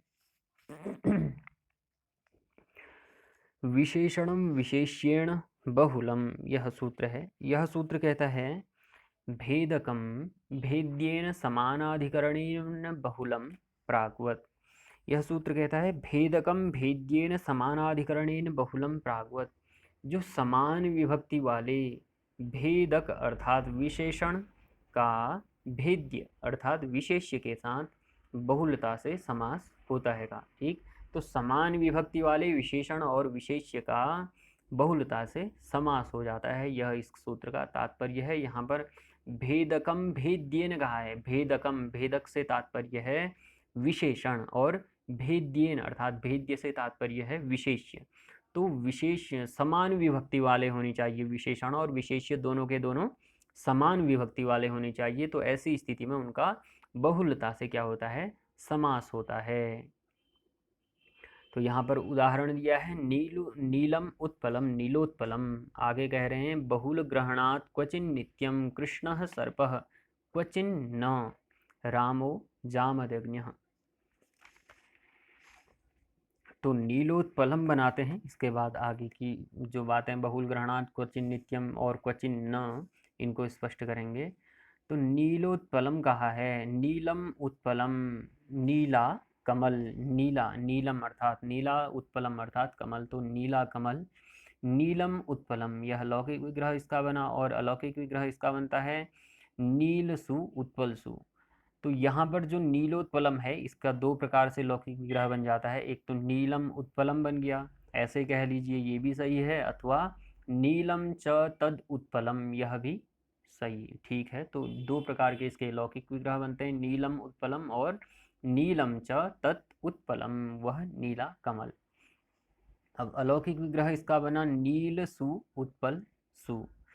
इसमें विशेषणम विशेष्येण बहुलम, इस सूत्र के द्वारा समास होता है। यह सूत्र क्या कहता है, भेदकम भेद्येन समानाधिकरणेन बहुलम प्राग्वत। तो समान विभक्ति वाले जो विशेषण और विशेष्य हैं उनका बहुलता से समास होता है। तो यहाँ पर नील जो है, नीला, नील सु, नील, यह भेदक अर्थात विशेषण है, और उत्पल जो है वह विशेष्य है। और यह कैसे हैं, दोनों के दोनों, नील सु और उत्पल सु दोनों समान अधिकरण हैं, समान विभक्ति वाले शब्द हैं। तो इसमें इन दोनों में क्या हो जाएगा, यहाँ पर समास हो जाएगा। किस सूत्र से होगा, विशेषणम विशेष्येण बहुलम, जहाँ पर विशेषण और विशेष्य का बहुलता से समास होता है। कहा इसने, कब होता है, समान विभक्ति होने पर। तो समान विभक्ति भी हमें यहाँ पर प्राप्त है। कृतद्धित समासास्थ से प्रातिपदिक संज्ञा हो जाएगी। नील सु उत्पल सु की कृतद्धित समासास्थ से प्रातिपदिक संज्ञा होकर के सुपो धातु प्रातिपदिक से सुबंत का लोप हो जाएगा। तो हमारा बच जाता है नील उत्पल बचा। आगे वही प्रक्रिया चलती है, प्रथमा निर्दिष्टम समास उपसर्जनम से उत्सर्जन संज्ञा हो जाएगी। उत्सर्जनम पूर्वम से उपसर्जन का पूर्व प्रयोग होकर के नील उत्पल रहा। आद गुण से यहाँ पर गुण प्राप्त हो जाता है, तो नील में अंतिम अकार है और पर में ऊ है, तो यहाँ पर आद गुण से गुण होकर के ऊ को ओ गुण हो जाता है, तो हमारा शब्द बनता है नीलोत्पल। स्व समोट से सु की उत्पत्ति हो जाती है, अतु अम से सु के स्थान पर अम आदेश होकर के अमी पूर्व से पूर्व रूप हो जाता है और नीलोत्पलम बन जाता है। अब यहाँ पर कहा है आगे, नीलोत्पलम, यह शब्द हमने बना लिया है। किस प्रकार से बना, यह विशेषणम विशेष्यण बहुलम, यह आपने देखा। अब कहा है बहुल ग्रहणात् क्वचिन नित्यम, तो बहुल ग्रहणात् क्वचिन नित्यम, कहीं पर जो बहुल है, बहुलता से इसके कहीं पर नित्य ही समास होता है कहा। तो जैसे कृष्णः सर्पः उदाहरण दिया, तो यह नित्य समास का उदाहरण है। तो बहुलता से कहीं पर, कहीं बहुल ग्रहणात् क्वचिन नित्यम, कहीं पर बहुल ग्रहण होने से इसका नित्य समास होता है। कृष्णः सर्पः यह उदाहरण दिया। काला सर्प, ठीक, तो काला सर्प इसमें भी एक विशेषण है, एक विशेष्य है। तो विशेषणम विशेष्यण बहुलम, यहाँ पर कहीं क्वचिन नित्यम कहा, कृष्णः सर्प ऐसे स्थान में कहीं पर नित्य इसका समास होता है। और बहुल के जो है चार अर्थ होते हैं, ठीक, तो जैसे इसके चार अर्थ, कहीं नित्य से प्रवृत्त होना, और दूसरा कहीं नित्य से अप्रवृत्त होना, और तीसरा कहीं विकल्प से यह कार्य करता है, और कहीं कुछ विचित्र सा ही, भिन्न सा ही यह कार्य करता है, तो इसी को बहुल कहा है। ठीक है, कहीं पर प्रवृत्ति होती है, कहीं पर निवृत्ति होती है, अर्थात प्रवृत्ति ही नहीं होती है, कहीं पर विकल्प से यह कार्य करता है, और कहीं पर भिन्न सा ही कोई कार्य करता है, इसी को बहुल कहा गया है यहाँ पर। आगे कहा क्वचिन न रामो जामदग्न्यः, और कहीं पर यह समास नहीं करता है, जैसे रामो जामदग्न्यः है, रामश्च असौ जामदग्न्यः, इसमें विभक्तियाँ आती है, राम सु जामदग्न्य सु प्रथमा एक वचन में। और अब इसमें समानाधिकरण होने पर भी बहुल का आश्रय लेकर के समास नहीं किया गया है, तो इसीलिए यहाँ पर क्वचिन न कहीं पर नहीं होता है कहा। तो जैसे इस सूत्र में कहा था विशेषणम विशेष्यण बहुलम में, कि विशेषण का विशेष्य के साथ समान अधिकरण होने पर बहुलता से समास होता है का। तो बहुल के अर्थ आपने जान लिए हैं, चार प्रकार के बहुल के तात्पर्य होता है। बहुल का मतलब आप समझ लीजिए कि कहीं पर नित्य से ही प्रवृत्त होता है, कहीं पर नित्य से अप्रवृत्त रहता है, और कहीं पर विकल्प से यहाँ पर कार्य होता है, और कहीं पर भिन्न सा ही कार्य होता है। तो इन सभी के उदाहरण यहाँ पर दिए, जैसे नित्य का उदाहरण कृष्णः सर्पः दे दिया, और क्वचिन न कहीं पर कार्य ही नहीं करता है।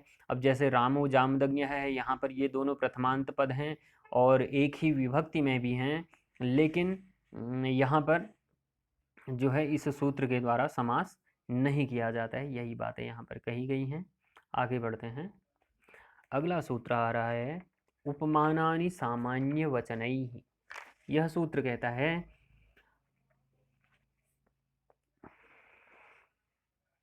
इसमें उदाहरण दिया है सीधे, घन इव श्यामो घन श्याम। यह सूत्र कहता है उपमानानि सामान्य वचनैः, उपमानवाचक सुबंत का समान विभक्ति वाले सामान्य वचन वाले सुबंत के साथ समास होता है। कि उपमानानि सामान्य वचन है, उपमान उपमावाचक सुबंत का सामान्य वचन ही सामान्य वचन वाले सुबंत के साथ समास होता है। ठीक है, तो उपमानानि सामान्य वचन है, उपमानवाचक शब्द सुबंत शब्द का सामान्य वचन वाले सुबंत के साथ समास होता है। तो उदाहरण दिया है घन इव श्यामो घन श्यामः। इसका उदाहरण देख लेते हैं, घन श्यामः। घन श्यामः, घन इव श्यामो, यह लौकिक विग्रह बनता है। घन इव श्यामः, बादल की तरह श्याम वर्ण वाला, जैसे श्री कृष्ण के लिए कहा जाता है श्याम। तो घन श्यामः, बादल की तरह श्याम वर्ण वाला। अब इसका अलौकिक विग्रह बनता है घन सु श्याम सु, दोनों प्रथमा विभक्ति एक वचन के हैं, समान अधिकरण है। अब इनका उपमानानि सामान्य वचन ही से यहाँ पर समास हो जाता है। तो समास होने के बाद कृतद्धि समासास्त्र से प्रातिपदिक संज्ञा, सुपो धातु प्रातिपदिक से सुबंत का लोप हो जाता है। प्रथमा निर्दिष्टम समास उपसर्जनम से उपसर्जन संज्ञा, उपसर्जनम पूर्वम से उपसर्जन का पूर्व प्रयोग होकर के घन श्याम बना, सुरुत्व विसर्ग होकर के घन श्याम बन जाता है। कोई विशेष कार्य नहीं हुआ है यहाँ पर, केवल उपमानानि सामान्य वचन है इस सूत्र से यहाँ पर समास हो गया। वह उपमानानि सामान्यवचने सूत्र क्या कहता है कि उपमानवाचक सुबंत का समान विभक्ति वाले सामान्य वचन, समान विभक्तिक जो सामान्य वचन वाला सुबंत है उसके साथ समास हो जाता है। तो यहाँ पर उपमानवाचक सुबंत का सामान्य वचन वाले सुबंत के साथ यहाँ पर समास हुआ है। तो अगला आगे सूत्र कहा है, आगे वार्तिक है। वार्तिक कहता है शाक पार्थिवादीनां सिद्धया उत्तर पद लोपस्योपसंख्यानम शाक प्रियः पार्थिवः शाक पार्थिवः देवपूजको ब्राह्मणो देव ब्राह्मणः। इसमें कह रहे हैं कि शाक पार्थिवादीनां सिद्धये उत्तर पद लोपस्योपसंख्यानम, शाक पार्थिव आदि में उत्तर पद का लोप करना चाहिए। शाक पार्थिवादीनां सिद्धये उत्तर पद लोपस्योपसंख्यानम की शाक पार्थिवादी जो शब्द हैं उन शब्दों की सिद्धि के लिए उत्तर पद लोपस्योपसंख्यानम, उत्तर पद का लोप करना चाहिए। इसे उत्तर पद लोपी समास भी कहा जाता है। तो यहाँ पर जो शाक है, पार्थिव, ये शब्द हैं, इन शब्दों में कहा इन शब्दों की सिद्धि के लिए इनके उत्तर पद का लोप करना चाहिए, ऐसा इस वार्तिक के द्वारा कहा गया है। तो उदाहरण है शाक पार्थिवः, शाक को प्रिय मानने वाला राजा। शाक प्रियः पार्थिवः, यह इसका लौकिक विग्रह बना। अलौकिक विग्रह इसका बनता है शाक प्रिय सु प्लस पार्थिव सु।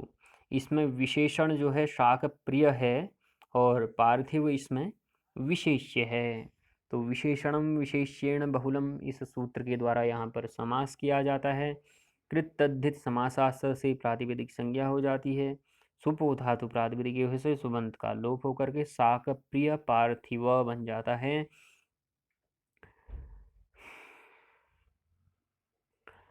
अब सूत्र लगता है, जो वार्तिक लगता है यहाँ पर, शाक पार्थिवादीनाम सिद्धये उत्तर पद लोपस्योपसंख्यानम की शाक पार्थिव इन शब्दों की सिद्धि के लिए इनके उत्तर पद का लोप कर देना चाहिए कहा। तो शाक शब्द यहाँ पर है, इसमें शाक शब्द में जो इसका शाक का उत्तर पद है वह प्रिय शब्द है। तो इस प्रिय शब्द का इस वार्तिक के द्वारा लोप कर दिया जाता है। तो हमारे पास बचता है शाक पार्थिव।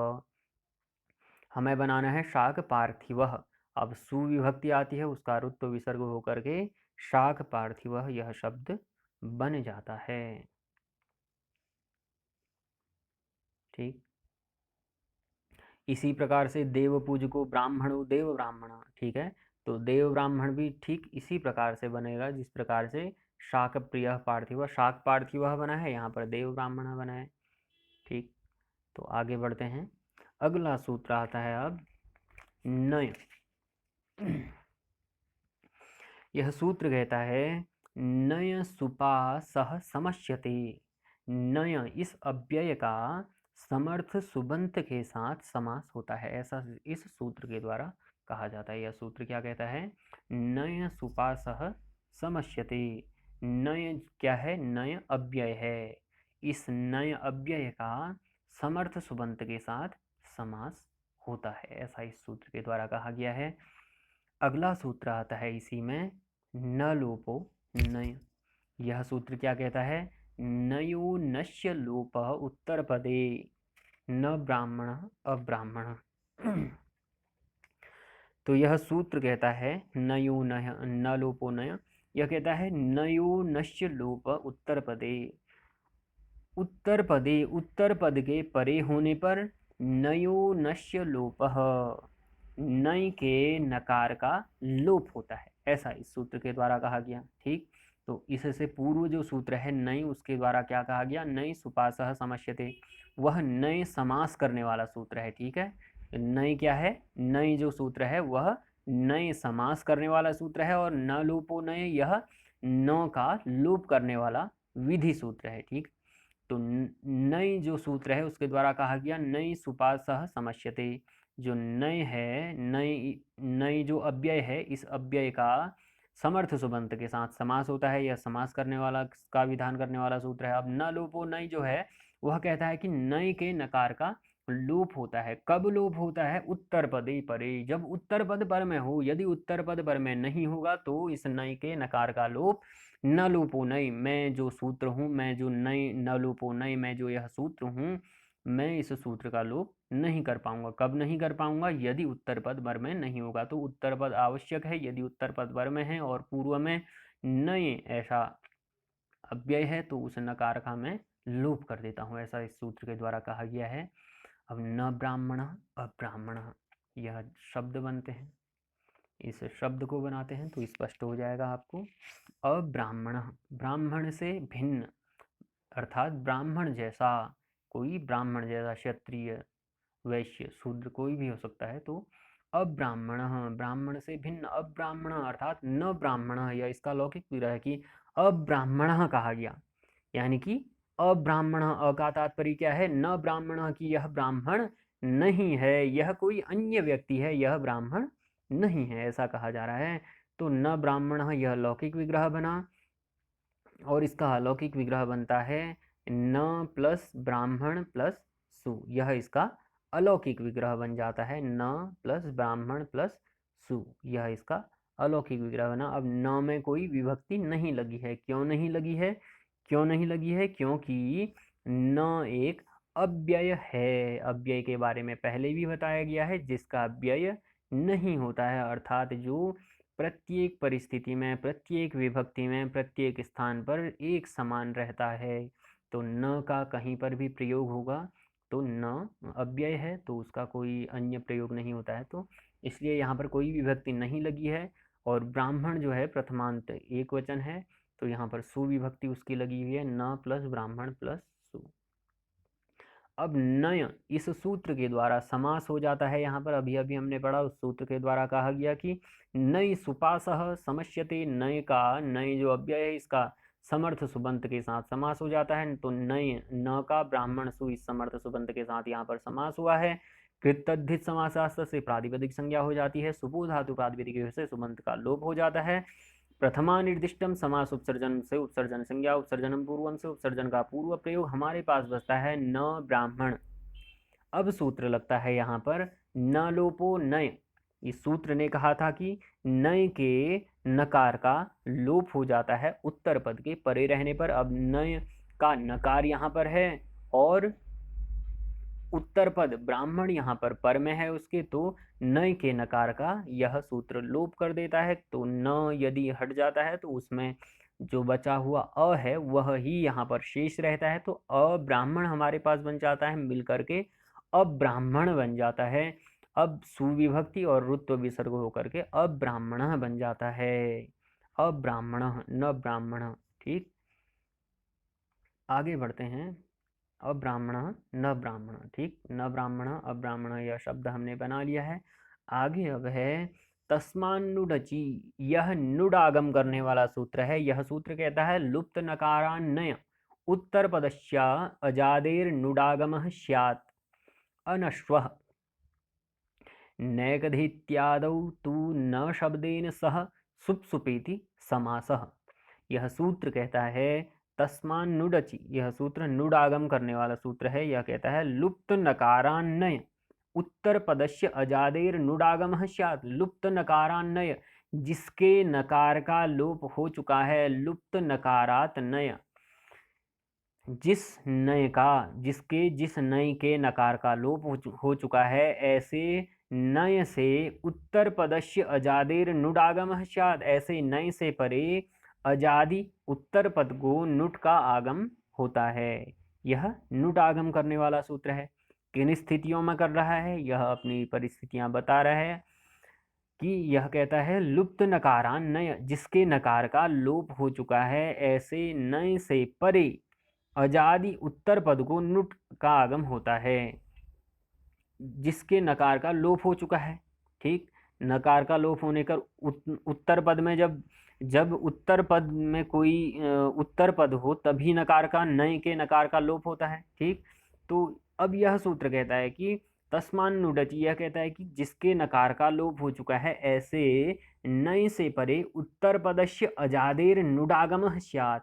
ऐसे नय से परे अज आदि उत्तर पद को उस उत्तर पद की भी स्थिति अब बता रहे हैं कि वह उत्तर पद कैसा होना चाहिए, अजादि, यानी कि उसके आदि में अच होना चाहिए, ऐसा अजादि अर्थात अच आदेह यस्य सह अजादि, कि उसके आदि में अच होना चाहिए, ऐसे उत्तर पद को नुट का आगम होता है। ठीक है, तो नुट आगम यहाँ पर होता है। तो आगे बढ़ते हैं, आगे और स्पष्ट करेंगे इसे उदाहरण में। तो उदाहरण दिया है यहाँ पर अनस्वः, अनस्वः यह उदाहरण दिया गया है। न अश्वः यह इसका लौकिक विग्रह है, और यह अनश्वः, यह अनश्वः यह इसका लौकिक विग्रह है। न अश्वः यह इसका लौकिक विग्रह बना, न प्लस अश्व सु यह इसका अलौकिक विग्रह यहाँ पर बनता है, न प्लस अश्व सु। तो अनश्वः इसमें नय से समास हो जाता है, न प्लस अश्व सु इस अलौकिक विग्रह में नय इस सूत्र के द्वारा समास हो जाता है। यह सूत्र क्या कहता है, तो ये आपने पढ़ लिया है, न अश्व सु में समास हुआ, प्रातिपदिक संज्ञा हुई, उपसर्जन संज्ञा होकर के। अब सूत्र आता है न लोपो नय, इस सूत्र के द्वारा नकार का लोप कर देता है यह, कब, उत्तर पद के परे होने पर। ठीक है, तो इसके द्वारा कर दिया गया नकार का लोप, तो अश्व बचा। अब सूत्र लगता है तस्मान्नुडचि, यह सूत्र क्या कहता है, जिसके नकार का लोप हो चुका है, तो नकार का लोप होकर के अकार बचा, ठीक हो गया। ऐसे नय, ठीक है, तो नकार क्या था, नय था, इस नकार नय के नकार का लोप हो चुका है, तो अ बचा है। तो जिसके नकार का लोप हो चुका है, लुप्त नकारान नय उत्तर पदस्य अजादेर नुडागमः, जिसके नकार का लोप हो चुका है, ऐसे नय से परे। अब नय क्या है, यहाँ पर अकार है, ठीक है, उस नय का ही लोप होकर के अकार बचा है, तो अकार जो है नय है। इस नय से परे अजादि उत्तर पद को नुट आगम होता है। इसके उत्तर पद कैसा होना चाहिए, अजादि होना चाहिए, उसके आदि में अच होना चाहिए। तो अ यहाँ पर अश्व में प्रथम वर्ण अ प्राप्त है हमें, तो अजादि उत्तर पद है, ऐसे उत्तर पद को नुट का आगम हो जाता है कहा गया। ठीक, तो अब आगम हो जाता है कहा, नुट का आगम होगा। तो एक बात यहाँ पर स्पष्ट कर रहा हूँ, एक आगम होता है और एक जो है आदेश होता है। ठीक, आगम और आदेश दो चीज़ें हैं। तो आदेश आपने बहुत बार सुनी होंगी, आपने पढ़ी भी हैं, जैसे संधियों में कि इसके इस वर्ण के स्थान पर यह आदेश हो जाता है। तो जो व्याकरण शास्त्र है, इसमें आदेश को शत्रुवत माना जाता है, और जो आगम होता है, इस आगम को मित्रवत माना जाता है, अर्थात मित्र के समान माना जाता है। आगम को मित्र के समान माना जाता है, और जो आदेश है उसे शत्रु के समान माना जाता है। तो जो आगम होता है, जो आदेश होता है, ठीक, जो आदेश होता है वह शत्रुवत माना गया है। क्यों माना गया है, क्योंकि वह जो भी वर्ण होगा उस वर्ण के स्थान पर होता है, उस वर्ण को हटा करके होता है। जैसे कोई भी वर्ण है, उस वर्ण को हटा करके वह उस वर्ण के स्थान पर होता है, इसको आदेश कहा जाता है। जैसे इको यणचि है, इकः स्थाने यण स्यात् अचि संहितायां बसे, इसके स्थान पर यण आदेश होता है अच के परे रहने पर। तो इक के स्थान पर जो यण क्या हो रहा है, आदेश हो रहा है। तो यण, यह आदेश जो है वह कैसा है, शत्रु के समान है, क्योंकि वह इक के स्थान पर ई उ री री इन वर्णों के स्थान पर यण करता है, य व र ल।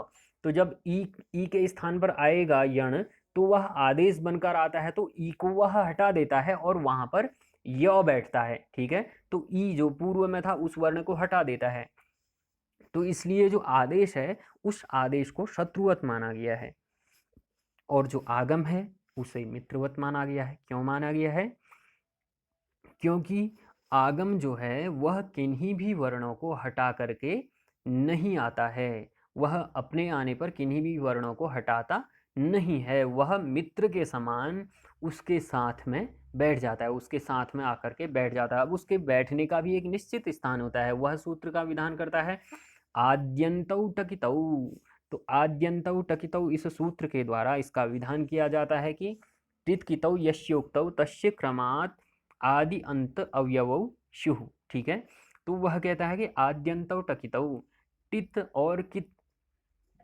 टित कितौ यस्योक्तौ तस्य क्रमात् आदि अंत अवयवौ।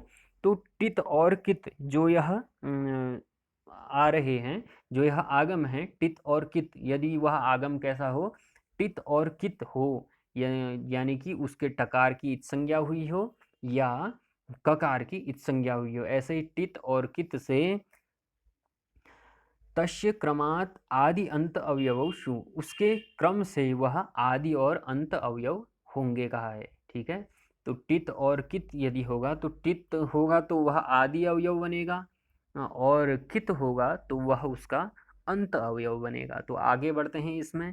तो यहाँ पर जो है नुट का आगम हो रहा है किस सूत्र के द्वारा, तस्मात् नुडचि, इस सूत्र के द्वारा यहाँ पर नुट का आगम हुआ है। तो टित यहाँ पर जो नुट है वह नुट कैसा है, टकार ट अंत में है उसके, और वह टित है, उसके टकार की संज्ञा होनी है। तो टित होने के कारण वह अश्व के पूर्व में बैठता है। ठीक, तो टित होने के कारण यह अश्व के पूर्व में बैठा और यह मित्रवत बैठा है। यह इसने किसी भी अन्य वर्ण को हटाया नहीं है, यह उनके साथ में आकर के बैठा है। तो अनुट अश्व यह बना हमारा। आगे बढ़ते हैं। अनुट अश्व बनने के बाद अब हमारे पास बचता है, हाँ, तो अनुट अश्व जो रहा, नुट में हमने उकार नकार में जो उकार है, उकार और टकार की इत संज्ञा होकर के लोप होकर के अ प्लस हलंत न प्लस अश्व बचा। अब इन्हें मिला देंगे, अ नौ में अश्व का अ मिल जाएगा तो अ नश्व, अनश्व बना, सूरुत्व विसर्ग होकर के अनस्वह बन जाता है। ठीक हो गया। आगे बढ़ते हैं। अनश्वः, ठीक है, तो नैकधेत्यादौ तु न शब्देन सह सुप सुपेति समासः, ऐसा कहा है यहाँ पर। तो यह कहता है कि नैकधेत्यादौ तु न शब्देन सह सुप सुपा इति समासः, कि नैकधा में अब एक शब्द है यहाँ पर नैकधा। ठीक है, तो नैकधा इसको स्पष्ट करते हुए यहाँ पर कहा है कि नैकधा यानी कि उसका विग्रह है न एकधा। जो यह न एकधा नैकधा है, इसका जो न है वह नय का नकार नहीं है, ऐसा बताया गया है। ठीक है, जैसे अभी तक हम शब्द बना रहे थे अनश्व न अश्व अनश्व। ठीक है, तो जो ये नैकधा है, तो उस नैकधा में जो नकार है वह नय का नकार नहीं है, अपितु वह स्वतंत्र नकार है। ठीक, तो इसीलिए यहाँ पर नय समास नहीं होता है। यहाँ पर सह सुपा इस सूत्र के द्वारा समास करके नैकधा यह शब्द बनता है। ठीक, आगे बढ़ते हैं।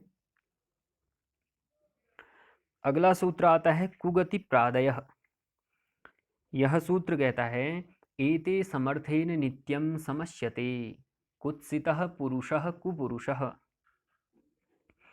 तो यह सूत्र कहता है एते समर्थेन नित्यं समस्यन्ते, समर्थ शुबंत शब्दों के साथ कुशब्द कुगति, एते का तात्पर्य है कु और गति और प्रादयः, जो यह सूत्र में कहा गया है इसको एते से कहा गया है। यहाँ पर एते अर्थात कुगति प्रादयः। तो एते ये कु शब्द है, गति संज्ञक शब्द है और प्र आदि का समास होता है। किसके साथ समास होता है? समर्थेन नित्यम समस्यते, समर्थ शुबंत शब्दों के साथ इसका नित्य ही समास होता है। कुगति प्रादयः एते समर्थेन नित्यं समस्यते, कु शब्द है, गति संज्ञक शब्द है और प्र आदि शब्द हैं। इन सभी शब्दों का समर्थ सुबंत शब्दों के साथ नित्य ही समास होता है। अब एक उदाहरण दिया है कुत्सितः पुरुषः कुपुरुषः। तो इस उदाहरण को देखते हैं। कुपुरुषः निंदित पुरुष, इसका अर्थ है कुत्सितः पुरुषः, यह इसका लौकिक विग्रह बनता है यहाँ पर कुत्सितः पुरुषः, और अलौकिक विग्रह बनता है कु प्लस पुरुष सु, यह इसका अलौकिक विग्रह बना। अब यहाँ पर कुगति प्रादयः इस सूत्र के द्वारा समास होता है। कुगति प्रादयः इस सूत्र के द्वारा यहाँ पर समास होता है।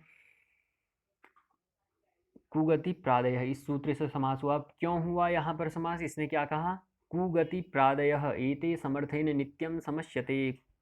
कु शब्द हो, गति संज्ञक शब्द हो और प्रादि हो तो उसका समर्थ सुबंत के साथ समास होता है। तो यहाँ पर हमें कु अव्यय मिल जाता है, उसका समर्थ सुबंत के साथ यहाँ पर समास हो जाता है। तो कुगति प्रादेय से समास हुआ, प्रातिपदिक संज्ञा हुई, लोप हुआ, उसका उपसर्जन संज्ञा हुई, उपसर्जन संज्ञा का पूर्व प्रयोग होकर के कु प्लस पुरुष हमारा बचता है।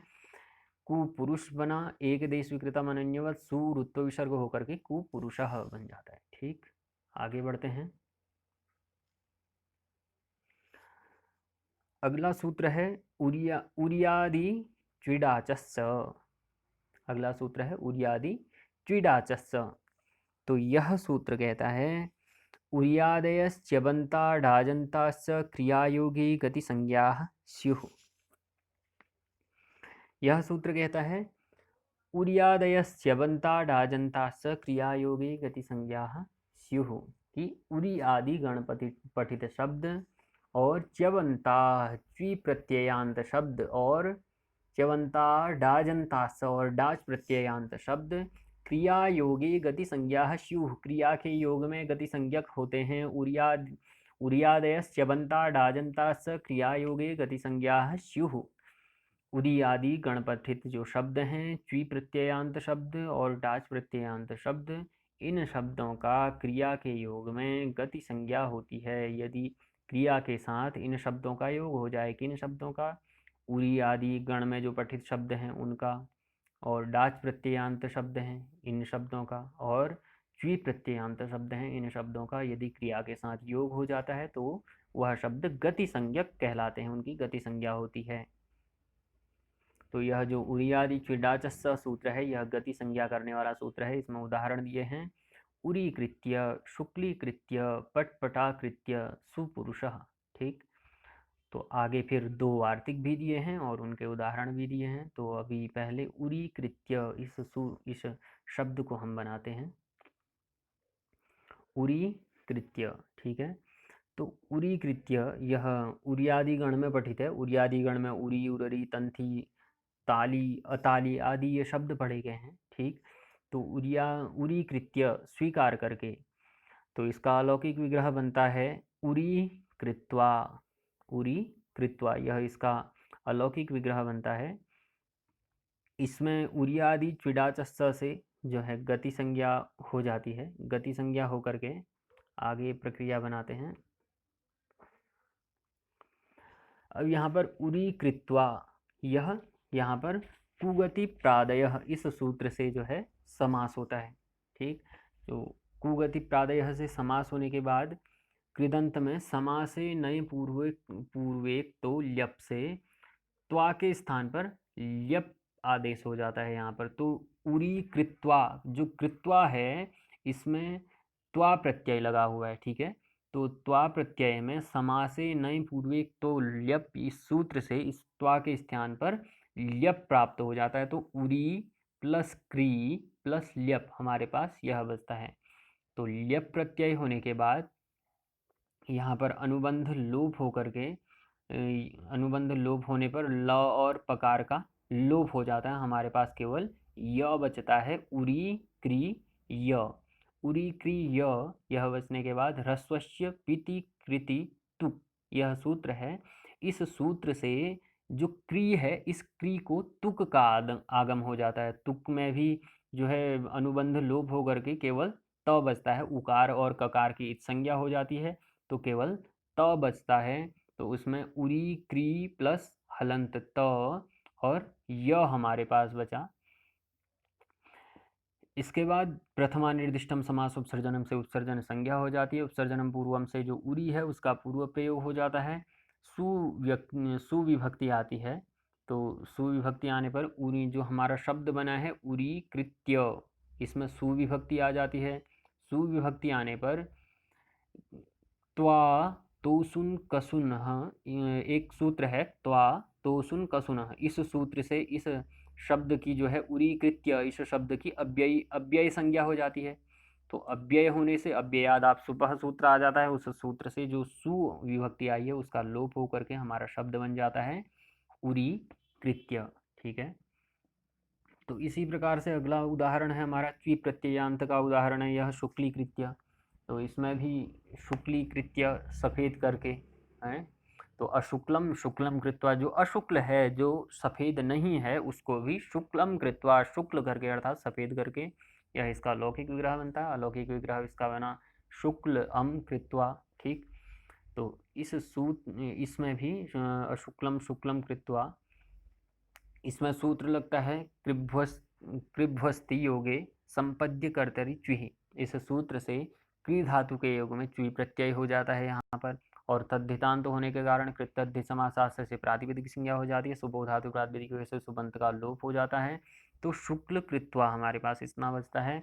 अब प्रत्यय लक्षण से यहाँ पर च्वी प्रत्यय मान करके, च्वी का इसे शब्द मान करके, च्वी प्रत्ययांत शब्द इसे मान करके,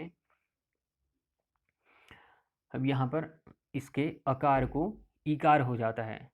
तो शुक्ली शब्द जो है उसको च्वी प्रत्ययांत है, यह शुक्ली जो शब्द है वह च्वी प्रत्ययांत है, इसलिए इसे उरियादि च्विडाचस् से इसकी क्या हो जाती है, गति संज्ञा हो जाती है। और कुगति प्रादेय से यहाँ पर समास होता है, और कृतद्धि समासास से फिर से यहाँ पर प्रातिपदिक संज्ञा हो जाती है। और प्रातिपदिक संज्ञा हो जाने के बाद शुक्ली कृत्वा यह हमारा शब्द बनता है यहाँ पर। और कृदंत में समासे नैपुरु तो ल्यप से त्वा के स्थान पर यहाँ पर ल्यप आदेश हो जाता है, तो शुक्ली क्री प्लस त्वा के स्थान पर ल्यप आदेश हो गया यहाँ पर। तो इसके बाद अनुबंध लोप होकर के ल और पकार की संज्ञा लोप होकर के केवल शुक्ली क्री यह हमारा बचता है। अब यहाँ पर ह्रस्वस्य पिति कृति तुक होकर के तुगागम होता है यहाँ पर, तो शुक्ली क्री प्लस तुक आगम यहाँ पर हो जाता है, और यह बचता है अनुबंध लोप होकर के शुक्ली क्री तुक में से उकार और ककार की संज्ञा और लोप होकर के त बचा और यह हुआ, तो मिला देंगे शुक्ली कृत्य, ये बना आद्यंतौ टकितौ। इस नियम से ही यहाँ पर जो है जो तुक आगम हुआ था वह इसी नियम से हुआ था, आद्यंतौ टकितौ। तो शुक्ली कृत्य इस प्रकार से हमारा शब्द यहाँ पर बन जाता है।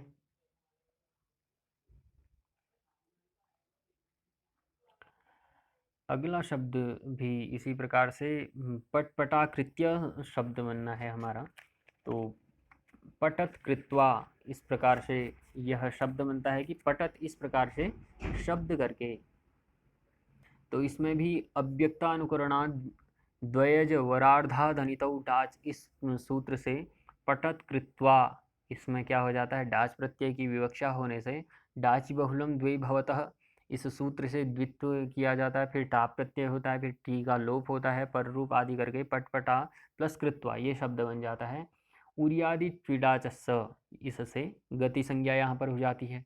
कुगति प्रादेय से इसमें समास हो जाता है, और कृतदद्धि समासास्त्र से प्रातिपदिक संज्ञा होकर के सुप, यहाँ पर सुप नहीं है, पटपटा प्लस कृत्वा है, तो सुप नहीं होने के कारण यहाँ पर सुप के लोप का प्रसंग ही नहीं होगा। तो आगे बढ़ते हैं, समासे नए पूर्वक तो ल्यप हो जाएगा, तो त्वा के स्थान पर ल्यप यहाँ पर हो जाता है। पहले भी हमारा जैसे त्वा के स्थान पर ल्यप किया था उसी प्रकार से पटपटा क्री प्लस ल्यप हो जाएगा। ल्यप में अनुबंध लोप पर करके यह बचता है केवल ह्रस्वस्य पितिकृति तुक से आद्यंत उठकित सूत्र की सहायता से तुक का आगम हो जाता है। तुक में भी अनुबंध लोप करके त बचता है, और मिला देंगे इसे पटपटा कृत्य हमारा शब्द बन जाता है। और यहाँ पर एक उदाहरण दिया है सुपुरुषः। अगला है उदाहरण सुपुरुषः। सुपुरुषः में सुंदरः पुरुषः सुपुरुषः। ठीक, तो सुंदर जो पुरुष है उसके लिए सुपुरुष कहा गया। शोभना पुरुषः, शोभना पुरुष यह लौकिक विग्रह बनता है। अलौकिक विग्रह इसका बना सुपुरुष प्लस सु। कुगति प्रादेय से यहाँ पर समास हो जाएगा। कृतद्धि समास से प्रातिपदिक संज्ञा, सुबोधात प्रातिपदिक से सुबंध का लोप। प्रथमा निर्दिष्टम समास उपसर्जनम से उपसर्जन संज्ञा, उपसर्जनम पूर्वम से उपसर्जन का पूर्व प्रयोग, तो सुपुरुष बना। बाकी प्रक्रिया वही चलती है, एक देश विकृतम अन्यवत सुविभक्ति आएगी, ऋतु विसर्ग होकर के सुपुरुषः बन जाता है। आगे बढ़ते हैं, अब पहले इसके वार्तिक को पढ़ लेते हैं। प्राचार्य आ रहा है ना उदाहरण, तो इसमें वार्तिक कहा है प्रादयो घताद्यर्थे प्रथमया कहा। तो यह वार्तिक कहता है कि गत आदि अर्थों में, गताद्यर्थे गत आदि अर्थों में जो वर्तमान प्र आदयो प्रथमया, जो प्र आदि निपातों का प्रथमांत सुबंत के साथ नित्य समास होता है, और वह समास क्या कहलाता है? तत्पुरुष समास कहलाता है। इसने कहा प्रादयो गताद्यर्थे प्रथमया, तो गत आदि अर्थों में जो वर्तमान प्र आदि निपातों का प्रथमांत सुबंत के साथ नित्य समास होता है, और वह तत्पुरुष समास कहलाता है। तो उदाहरण देखते हैं, इसके उदाहरण से और स्पष्ट हो जाएगा। प्राचार्य बन रहा है, तो प्राचार्य अर्थात प्राचार्य का अर्थ है प्रगतः आचार्य। यह इसका लौकिक विग्रह है कि प्रगतः आचार्य, दूर गया हुआ आचार्य या श्रेष्ठ आचार्य कह लीजिए, या फिर प्रगतः अर्थात अपने विषय में दक्ष या श्रेष्ठ आचार्य, उसके लिए प्रगतः आचार्य प्राचार्य कहा जाता है उसे। तो प्रगतः आचार्य यह इसका लौकिक विग्रह हुआ, और अलौकिक विग्रह इसका बनता है प्र आचार्य सु। अब इसमें प्रादयो गताद्यर्थे प्रथमया, इस सूत्र से समास हो जाता है, और समास होने के बाद प्रातिपदिक संज्ञा हो जाती है, सु का लोप हो जाता है, उपसर्जन संज्ञा, उपसर्जन का पूर्व प्रयोग होकर के प्रा आचार्य प्राचार्य बनता है, प्र आचार्य रहता है। अब अकह सवर्ण दीर्घ से यहाँ पर दीर्घ संधि प्राप्त है, प्र में अकार है और उसके बाद आचार्य में प्रथम अकार है, तो दोनों सवर्ण होने से अकह सवर्ण दीर्घ से दीर्घ होकर के प्राचार्य बन जाता है। एक देश विकृतम अनन्यवत से सुविभक्ति ला करके रुत्व विसर्ग होकर के यहाँ पर प्राचार्य शब्द हमारा सिद्ध हो जाता है। आगे कहा है इसमें अगला वार्तिक है, एक अगला वार्तिक है अंत्यादय क्रांताद्यर्थे द्वितीयया। अब यह कहता है अतिक्रांतो मालाम इति, अतिक्रांतो मालाम इति विग्रहे। तो यह कहता है अंत्यादय क्रांत्याद्यर्थे द्वितीयया, इसका तात्पर्य है कि क्रांत आदि अर्थों में, क्रांत का तात्पर्य है पार गया हुआ या लांघ चुका, ठीक है।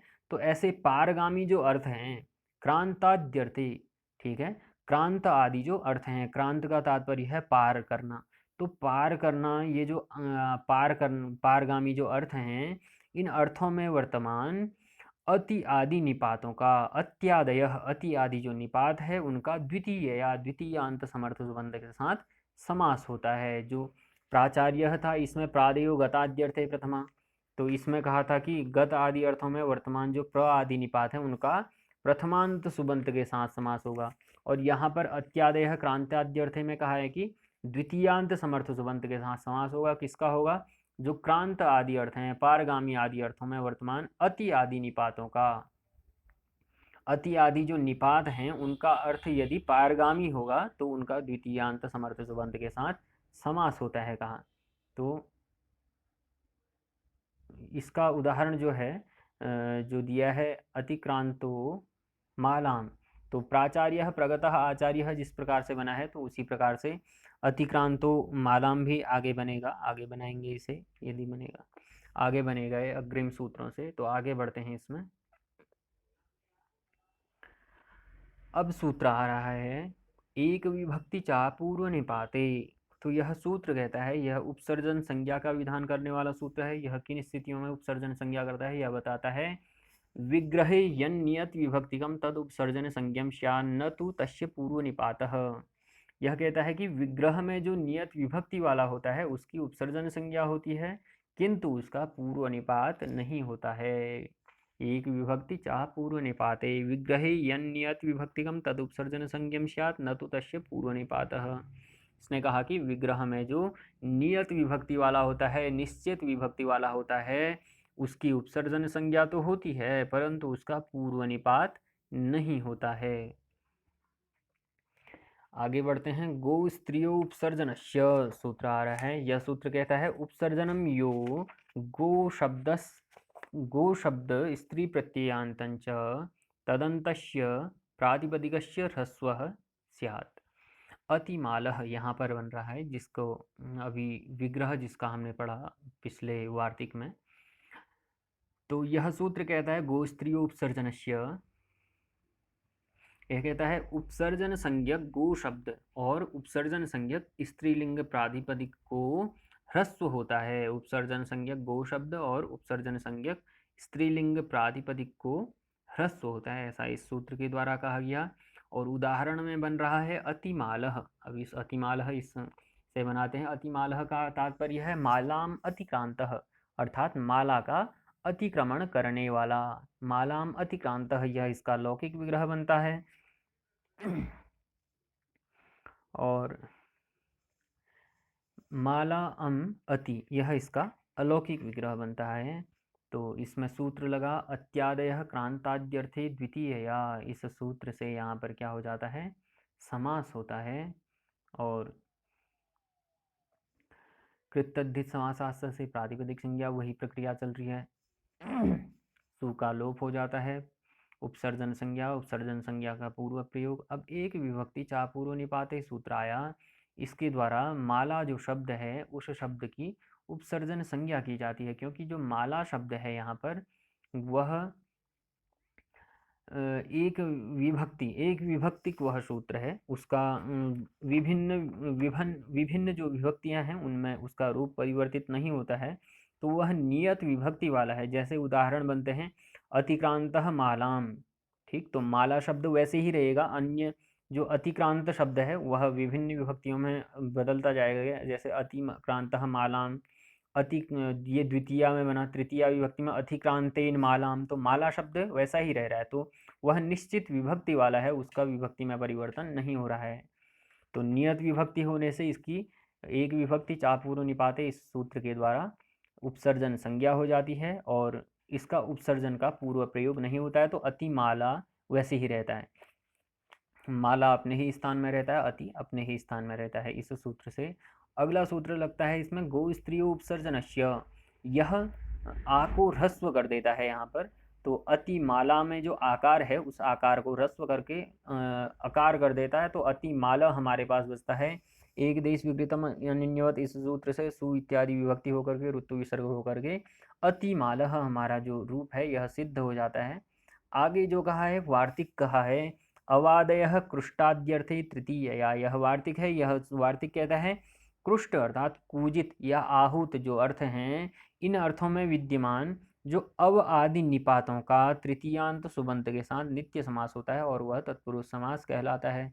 तो अवादयः कृष्टाद्यर्थे तृतीय, या दुकृष्ट अर्थात कूजित या आहूत, या इन अर्थों में जो अव आदि निपात हैं, इन अव आदि निपात, ये अव आदि जो निपात हैं यदि ये कृष्ट अर्थात कूजित अर्थ में होंगे तो इनका तृतीयांत समर्थ सुबंत के साथ नित्य ही समास होता है, ऐसा कहा। और उदाहरण बताया है अवकृष्टः कोकिलः, कोकिलया, अवकृष्टः कोकिलया अवकोकिलः, ये शब्द बन रहा है अवकोकिलः, तो इसे बनाते हैं।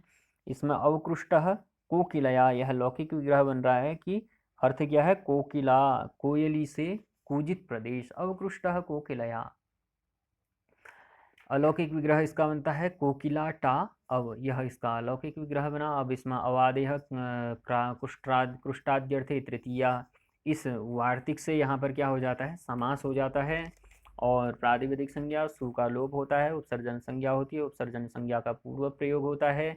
एक विभक्ति चापूर्व निपाते से जो क्या है, एक विभक्ति चापूर्व निपाते से उपसर्जन संज्ञा हो जाती है कोकिला की।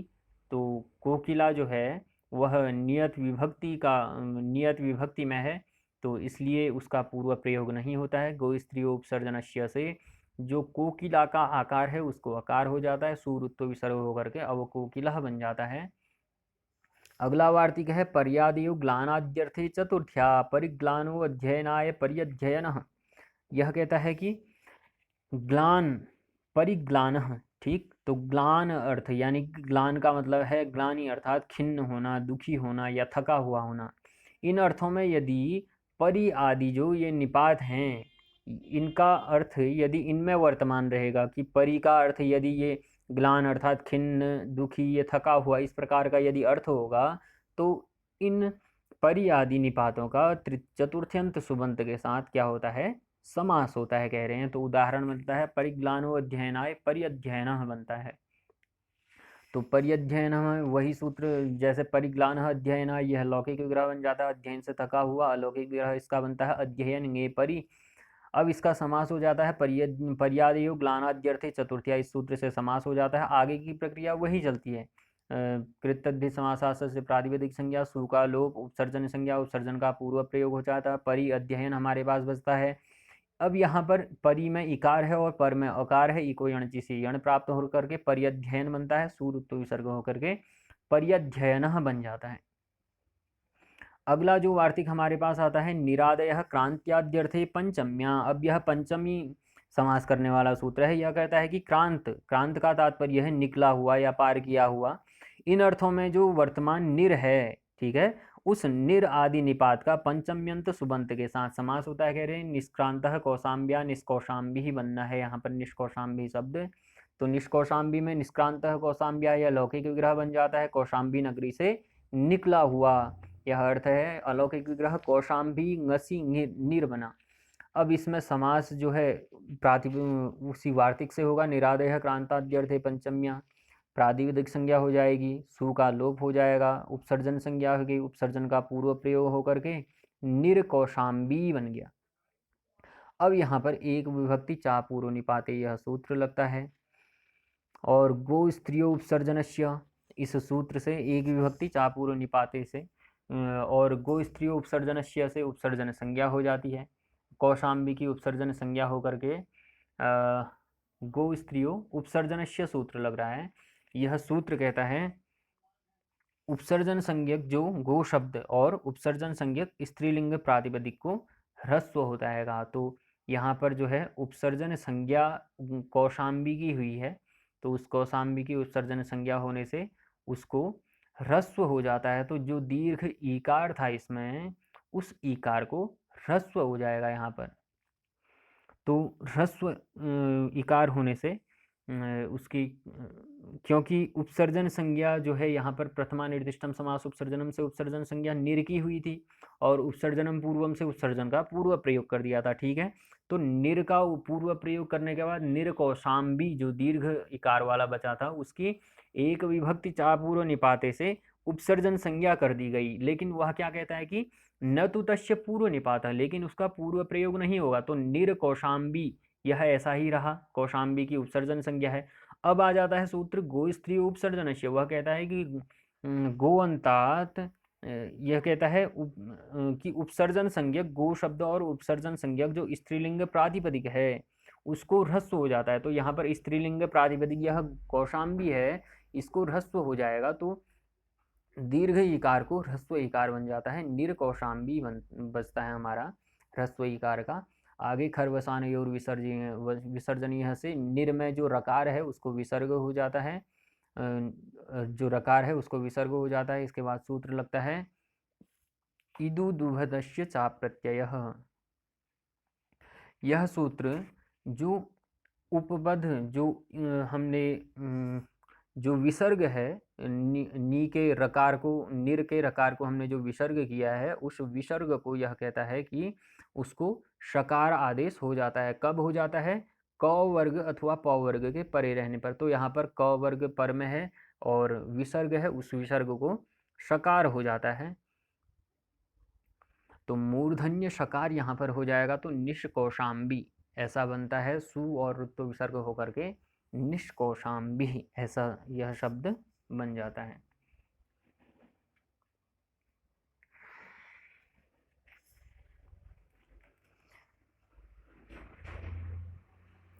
अगला सूत्र आ रहा है तत्रोपपदम सप्तमी स्थम। यह सूत्र कहता है सप्तम्यन्ते पदे कर्मणि इत्यादौ वाच्यत्वेन स्थितं यत् कुंभादि तद्वाचकम पदम उपपद संज्ञम स्यात्। ठीक, तो आज के लिए इतना ही करते हैं। अगली कक्षा में इन सूत्रों को पढ़ेंगे जो आगे बच गए हैं। तत्रोपपदम सप्तमी स्थम से प्रारंभ करेंगे। आज के लिए इतना ही।